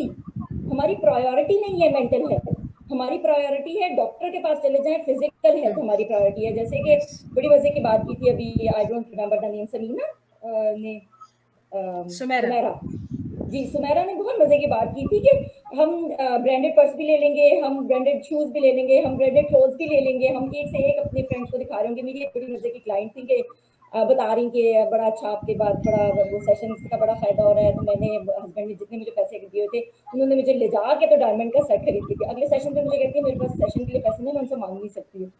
तो I actually love my head out कि she doesn't have this comprehension, वो ये चीज कॉम्प्रिहेंड नहीं कर पा रही है कि how important is her mental health. अगर वो मेंटली हेल्थी होंगी, उनके हस्बैंड मेंटली हेल्थी होंगे, प्रायोरिटी रिलेशनशिप वर्क कर सकेगा। प्रायोरिटाइज कर दिया हम लोगों ने मटेरियलिज्म को, जो चीज नजर आ रही है। मेंटल हेल्थ किसी को वो भी सोसाइटी के लिए है, डॉक्टर पे जाना है, दांत में दर्द है, डेंटिस्ट पे जाना है, वो चीजें हमें समझ में आ गई नहीं है। पहले एक जनरेशन थी जिसमें वो चीजें भी समझने में टाइम लगा, ठीक है, लेकिन अब ये चीज़ एटलीस्ट अंडरस्टैंडेबल है कि हाँ हमें मसला हुआ है तो हमें डॉक्टर पे जाना है। बहुत कम लोग हैं जो कि रेजिस्ट करेंगे या इस तरह से।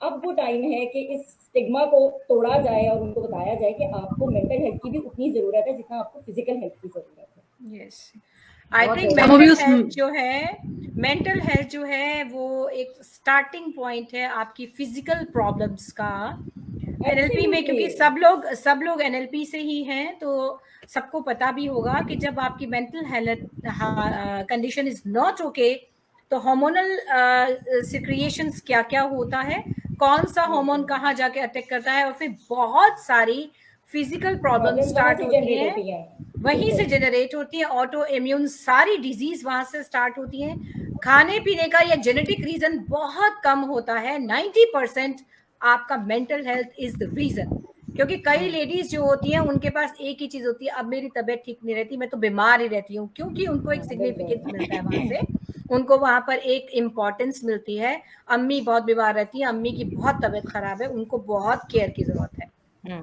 उन्होंने अपना एक सर्कल बना लिया है, अब वो उसी के अंदर ही रहती हैं कि उनको दवाई चाहिए, उनको खाना चाहिए, and she is comfortable.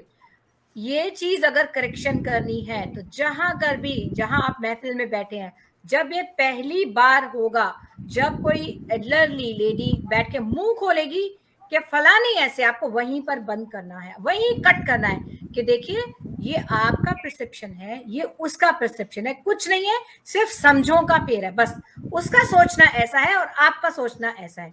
Genetic problem बहुत ज्यादा नहीं होती, हार्डली 10% होती है, बाकी सब मेंटल स्टेट कैसी है, लोगों ने लाइफ को कैसे पिक किया हुआ है, लोग ट्रीट कैसे करते हैं एक दूसरे को, वो है। और कंपैटिबिलिटी न होना रिलेशनशिप्स के अंदर, बहुत ज्यादा गैप्स होना बात में, अगर आपके बात में किसी एक रिलेशनशिप में बहुत गैप आ गया है तो उसका रिपेयरिंग होना थोड़ा मुश्किल होता है। देन अगेन वी नीड बात कराओ और उसको ठीक कराओ। मगर अगर माशरे को ठीक करना है तो पहली बार में आपको जो गलत मुंह से किसी के भी निकल रहा है उसको वहीं कट करना है, वहीं पर ही आप कट करिए, वहीं से कहिए नहीं ऐसा कुछ नहीं है, वो ऐसी नहीं है, छोड़िए, आप वहां से स्टार्ट होगा रिपेयरिंग। जी इरम बोलिए आप। काफी जी मैं आमना के पॉइंट पे मैं पहले बात करना चाह रही थी कि और अब मेरे ध्यान से ऑलमोस्ट निकल गई है बात, लेकिन जो सिरा मेरे हाथ में आ रहा है वो मैं और फिर ये सवाल ले लें। ये सवाल एक्चुअली मैं ये कहना चाह रही थी कि अनुषा ये सवाल का जवाब बिल्कुल शुरू में दिया है, बिल्कुल शुरू में दिया है। आपने शायद लेट ज्वाइन किया, इस सवाल का जवाब दे चुके हैं हम लोग अल्हम्दुलिल्लाह। तो देयर वाज अनदर थिंग, अमना जब थोड़ा सा मुझे रिवाइज करवाएं कि आपने अभी जो बात की थी वो क्या थी, because it was a very extremely important point. जो अब हैंड रेज तो मैंने कर दिया, तो मैंने बात भूल गई है। यही सबसे इम्पोर्टेंट है, उस पे आना, इसकी बात हो रही थी। आमना कह रही थी वो सिग्मा जो है वो तोड़ना होगा, और दूसरी बात हाँ, the diamond set part, I remember this के this is a personal example, but when जब मैंने अपनी coaching पे पैसे लगाए, right, and my husband was very open to it, he was mashallah very open कि ठीक है fine, you know what, you think you need help, because मैं जिस mindset से आ रही थी, it was a victim mindset, and I figured out इसी तरह के sessions को सुन के मुझे पता चला कि यार प्रॉब्लम मेरे इर्द गिर्द वालों का नहीं है, प्रॉब्लम मेरा my mindset is like I'm a victim in my story, I'm always a victim। ये मसला क्या है यार, तुम इतनी कैसे बेचारी हो गई हो, ठीक है। So I wanted to change that, and when I told him what it's going to cost, alhamdulillah, that was the first realization. He said yes, go for it. And even if it was like way high, but I will tell you, somebody else told me, oh my god, you're going to spend this much on yourself, and I said, listen, if he would have bought me gold की चूड़ियां इतने की या इससे ज्यादा की तो तुम सब ने मुझे मुबारकबाद देनी थी, तुम सब ने कहना था वाह वाह वाह वाह वाह वाह। मैंने कहा उसकी ज़कात में दे सकती हूँ कि नहीं दे सकती, ये नहीं किसी ने सोचना, लेकिन और वो मैंने हर वक्त पहननी भी नहीं है, लेकिन मैं as a person, as a human being evolve होंगी, डेवलप होंगी, मेरे घर में माहौल अच्छा होगा, मेरे बच्चों के साथ मेरा रवैया अच्छा होगा, मैं अपने आप में एक कॉन्फिडेंस पैदा करूंगी, मैं इस विक्टिम माइंडसेट से निकलूंगी। यार ये देखो तो सही, इन्वेस्टमेंट मेरे लिए कितनी इंपॉर्टेंट है। उन्होंने कहा चलो ठीक है, okay fine, Bismillah, let's go. That day and today alhamdulillah I'm sitting here amongst very smart, intelligent, mashallah, women who have worked on themselves. Each one of you has worked on yourself, and you've come here because you realize that I am the first person to begin with, and मुझसे generational trauma या generational ये जो trauma का cycle है, ये break मैंने करना है, right? राइट। जी, मेरे साथ तो ये है कि मैं एक डिफरेंट बैकग्राउंड से हूँ। फातिमा जानती है बहुत अच्छी तरह से, मेरे साथ सेशन भी कर चुकी हैं, और मैंने लाइफ में वो देखा है कि जहां पर तस्बीह लेके लोग जो हैं वो पढ़ रहे होते हैं और उनके मेरे साथ बिहेव क्या थे, रिवेंज कैसे लिया जाता है। And I have gone through so much in life कि मैं चाहती थी कि मेरे जैसा कोई दूसरा ऐसे पुलसराज से न गुजरे। Just for that I did NLP का एक, and then I did second and third के बाद मैंने फ्री में करना स्टार्ट किया। और जब मुझे लगा कि it's really working, if it is working for me it will work for others too. मैंने अबाउट 2 years के आसपास फ्री में किया, आई डिडंट चार्ज। मुझे लगा कि ये काम करता है, really we need to do this, spread it. तो अब ये है कि यस, मुझे लगता है कि ये हर एक के लिए होना चाहिए। मैरिज स्टार्ट करें या बच्चे की पढ़ाई से रिलेटेड है या हस्बैंड के साथ रिलेशनशिप से रिलेटेड है या इवन बच्चों की तरबियत है, बच्चों की तरबियत बहुत या कई इम्पोर्टेंट है। बार इन लॉज की रिलेशनशिप भी है, आप उसको भी करेक्ट कर सकती हैं। But self content and self worthiness होना, उसका पता चलना कि आप क्या हो, आप क्या कर सकते हो, वो सबसे ज्यादा जरूरी है। बहुत शुक्रिया सुमेरा। हम सब ने माशाल्लाह से डिटेल बात की है, आपने कुछ कम बात की है सेशन में, कुछ कहना चाहेंगे before I end of the session? नहीं, जो बात की है सबने वही बात की है जो मुझे करनी थी। मैं करूं या वो करें की बात है, क्योंकि we all representing each other. तो सबने बहुत अच्छी बात की है। और इसके अलावा बचा ही नहीं ना कुछ। अब मैं क्या बोलूं, अब तो बस पकड़ के ना डंडा लगा के चलो करो, चलो बस अब यही करना है, तुम्हें हम कुछ नहीं बताएंगे, तुम्हें ये करना है। तो ये होता है कि करवाना है। और बहुत अच्छा। नहीं, सुमेरा भी जो है वो बहुत सपोर्ट करती है ऐसी लेडीज को जिनको हेल्प की जरूरत है, जो स्पेशल लेडीज हैं उनको बहुत हेल्प करती है। And I really really appreciate this. इनकी क्वालिटी है कि हाईली एजुकेटेड होने के बाद भी she is very down to earth and very good human being. Thank you. हम लोग जज़ाकल्लाह खैर फॉर योर टाइम। हम लोगों का टाइम जितना था हमने आज उसको एक्सीड कर दिया जनाब, क्योंकि बड़ी अच्छी वैल्यूएबल बातें हो रही थी, इसलिए मैंने भी इसको बहुत अच्छी जी ये सबको आई होप ये सेशन पसंद भी आएगा और उसमें बहुत ज़्यादा इन्फॉर्मेशन जो है वो सॉलिड, जिसे कहते हैं इन्फॉर्मेशन शेयर्ड हुई है, जो कि I am very much hopeful कि it will benefit the community इंशाल्लाह। यहाँ पर हम लोग बात ख़त्म कर, सबसे पहले तो आप सबका बहुत शुक्रिया कि आप लोग अपनी तमाम मसरूफियात के बावजूद मेरी रिक्वेस्ट पर आपने एक्सेप्ट किया और यहाँ पर आना जो है वो पसंद किया और अपनी वैल्यूएबल नॉलेज और एक्सपर्टीज जो है हमारे साथ जो है वो शेयर की हैं। यहाँ पर मैं बात ख़त्म करती हूँ कि औरत के साथ, हम सब औरतें हैं तो मैं औरत पर ही बात ख़त्म करना मैं चाहूँगी। अब्यूज़ के लिए तो वैसे भी हम डिस्कस कर चुके हैं, कोई जेंडर उसमें कुछ डिफरेंस नहीं है, दोनों अब्यूज़ होते हैं। औरत पे बात ख़त्म करना चाहूँगी कि देखें अक्सर औरतें, जैसे मेरे पास भी कॉल आती है तो वो जो कुछ भी कहती हैं कि यार एम्बेसी से हेल्प चाहिए, हमें एम्बेसी का नंबर दे दें, या आप मेरे मियाँ को जो है वो थोड़ा सा कोई थ्रेटनिंग कॉल डलवा दें। ये मैं आपको रियल जो है सारी बातें बता रही हूँ कि कोई उनको बहुत मारता है तो अगर आप डराने धमकाने वाली कॉल करवा देंगी तो वो डर जाएंगे, या एम्बेसी इनसिक्योरिटीज, या पुलिस वालों को आप बोलेंगे मेरे मियाँ को आगे 2-4 जूते लगा के चले जाएं। मैंने कहा देखो बहन, ऐसे मामलात में ना एम्बेसी कुछ कर सकती है, ना पुलिस कुछ कर सकती है, ना आपके माँ बाप कुछ कर सकते हैं, ना आपके सास ससुर कुछ कर सकते हैं, unless and until you stand on your own self. आप खुद करेंगे। जब तक आप खड़ी नहीं होंगी, आपको अपनी सेल्फ स्टीम का पता नहीं होगा, आपको अपनी सेल्फ रिस्पेक्ट का पता नहीं होगा, आपको अपनी वैल्यूज का पता नहीं होगा। कोई एक बंदा भी, चाहे मैं जूते पे पड़वा दूंगी ना, एक दिन जूते खा लेगा, उसके बाद वो आपके साथ हाइपर अब्यूजिव हो जाएगा बंदा, रिवेंज लेगा, लेटर ऑन वो रिवेंज लेगा। छोटी सी टिप देना चाहूंगी, सॉरी बिल्कुल बहुत जरूरी पॉइंट था, इसलिए एम्प्लीफाई कर रही हूँ। I worked on a domestic violence case with some domestic lawyer थी पाकिस्तान से। She gave a very good tip. उन्होंने कहा कि आपके पास जो भी डोमेस्टिक वायलेंस का केस आए या कोई भी इस तरह की कंप्लेंट कर रही है जिसमें कि एक्चुअल में फिजिकल अब्यूज शामिल है या इस तरह की कोई चीज़ है कि जिसमें मतलब हस्बैंड शक की कोई वो कर रहे हैं, मतलब किसी किस्म का भी इस किस्म का जो है जिसका कि आपके पास प्रूफ है, like if you have any finger के निशान, आपके पास कोई ब्लीडिंग का या कुछ भी है, उसकी पिक्चर ले लें, स्टोर इट। आप यू डू नॉट नो कि आपको वो किस वक्त काम आ सके। किसी वीक मूवमेंट में आप उनको रिमाइंड भी करा सकती हैं कि this is what you did to me. किसी अच्छे मोमेंट में वो चीज आपके फायदे के लिए भी हो सकती है, कभी खुदा ना करे things get out of hand और सेपरेशन करानी पड़ जाती है, तो that goes in your favour. Evidence ये मैं इसलिए प्लेटफॉर्म पे बताना चाह रही हूँ क्योंकि हर तरह का के अब्यूज के इंशाल्लाह लोगों तक बात पहुंचेगी, तो किसी को भी अगर इतना सा भी फायदा मिल जाए, इतनी सी भी प्रोटेक्शन मिल जाए, तो हमारा मकसद पूरा हो जाएगा। So just wanted to bring this. बहुत शुक्रिया आप सबका आज ज्वाइन करने के लिए और आज की शाम खूबसूरत बनाने के लिए। Very nice. इंशाल्लाह ताला Thank you so much. बहुत शुक्रिया। Thank you very much, everybody. I really learned a lot from all of you. Thank you very much. so much everyone. It was nice meeting you all. Thank you Ibrahim, thank you, जज़ाकल्लाह खैर, दुआ में याद रखिए, अल्लाह हाफिज़। Thank you, everybody. Thanks. Assalamu alaikum.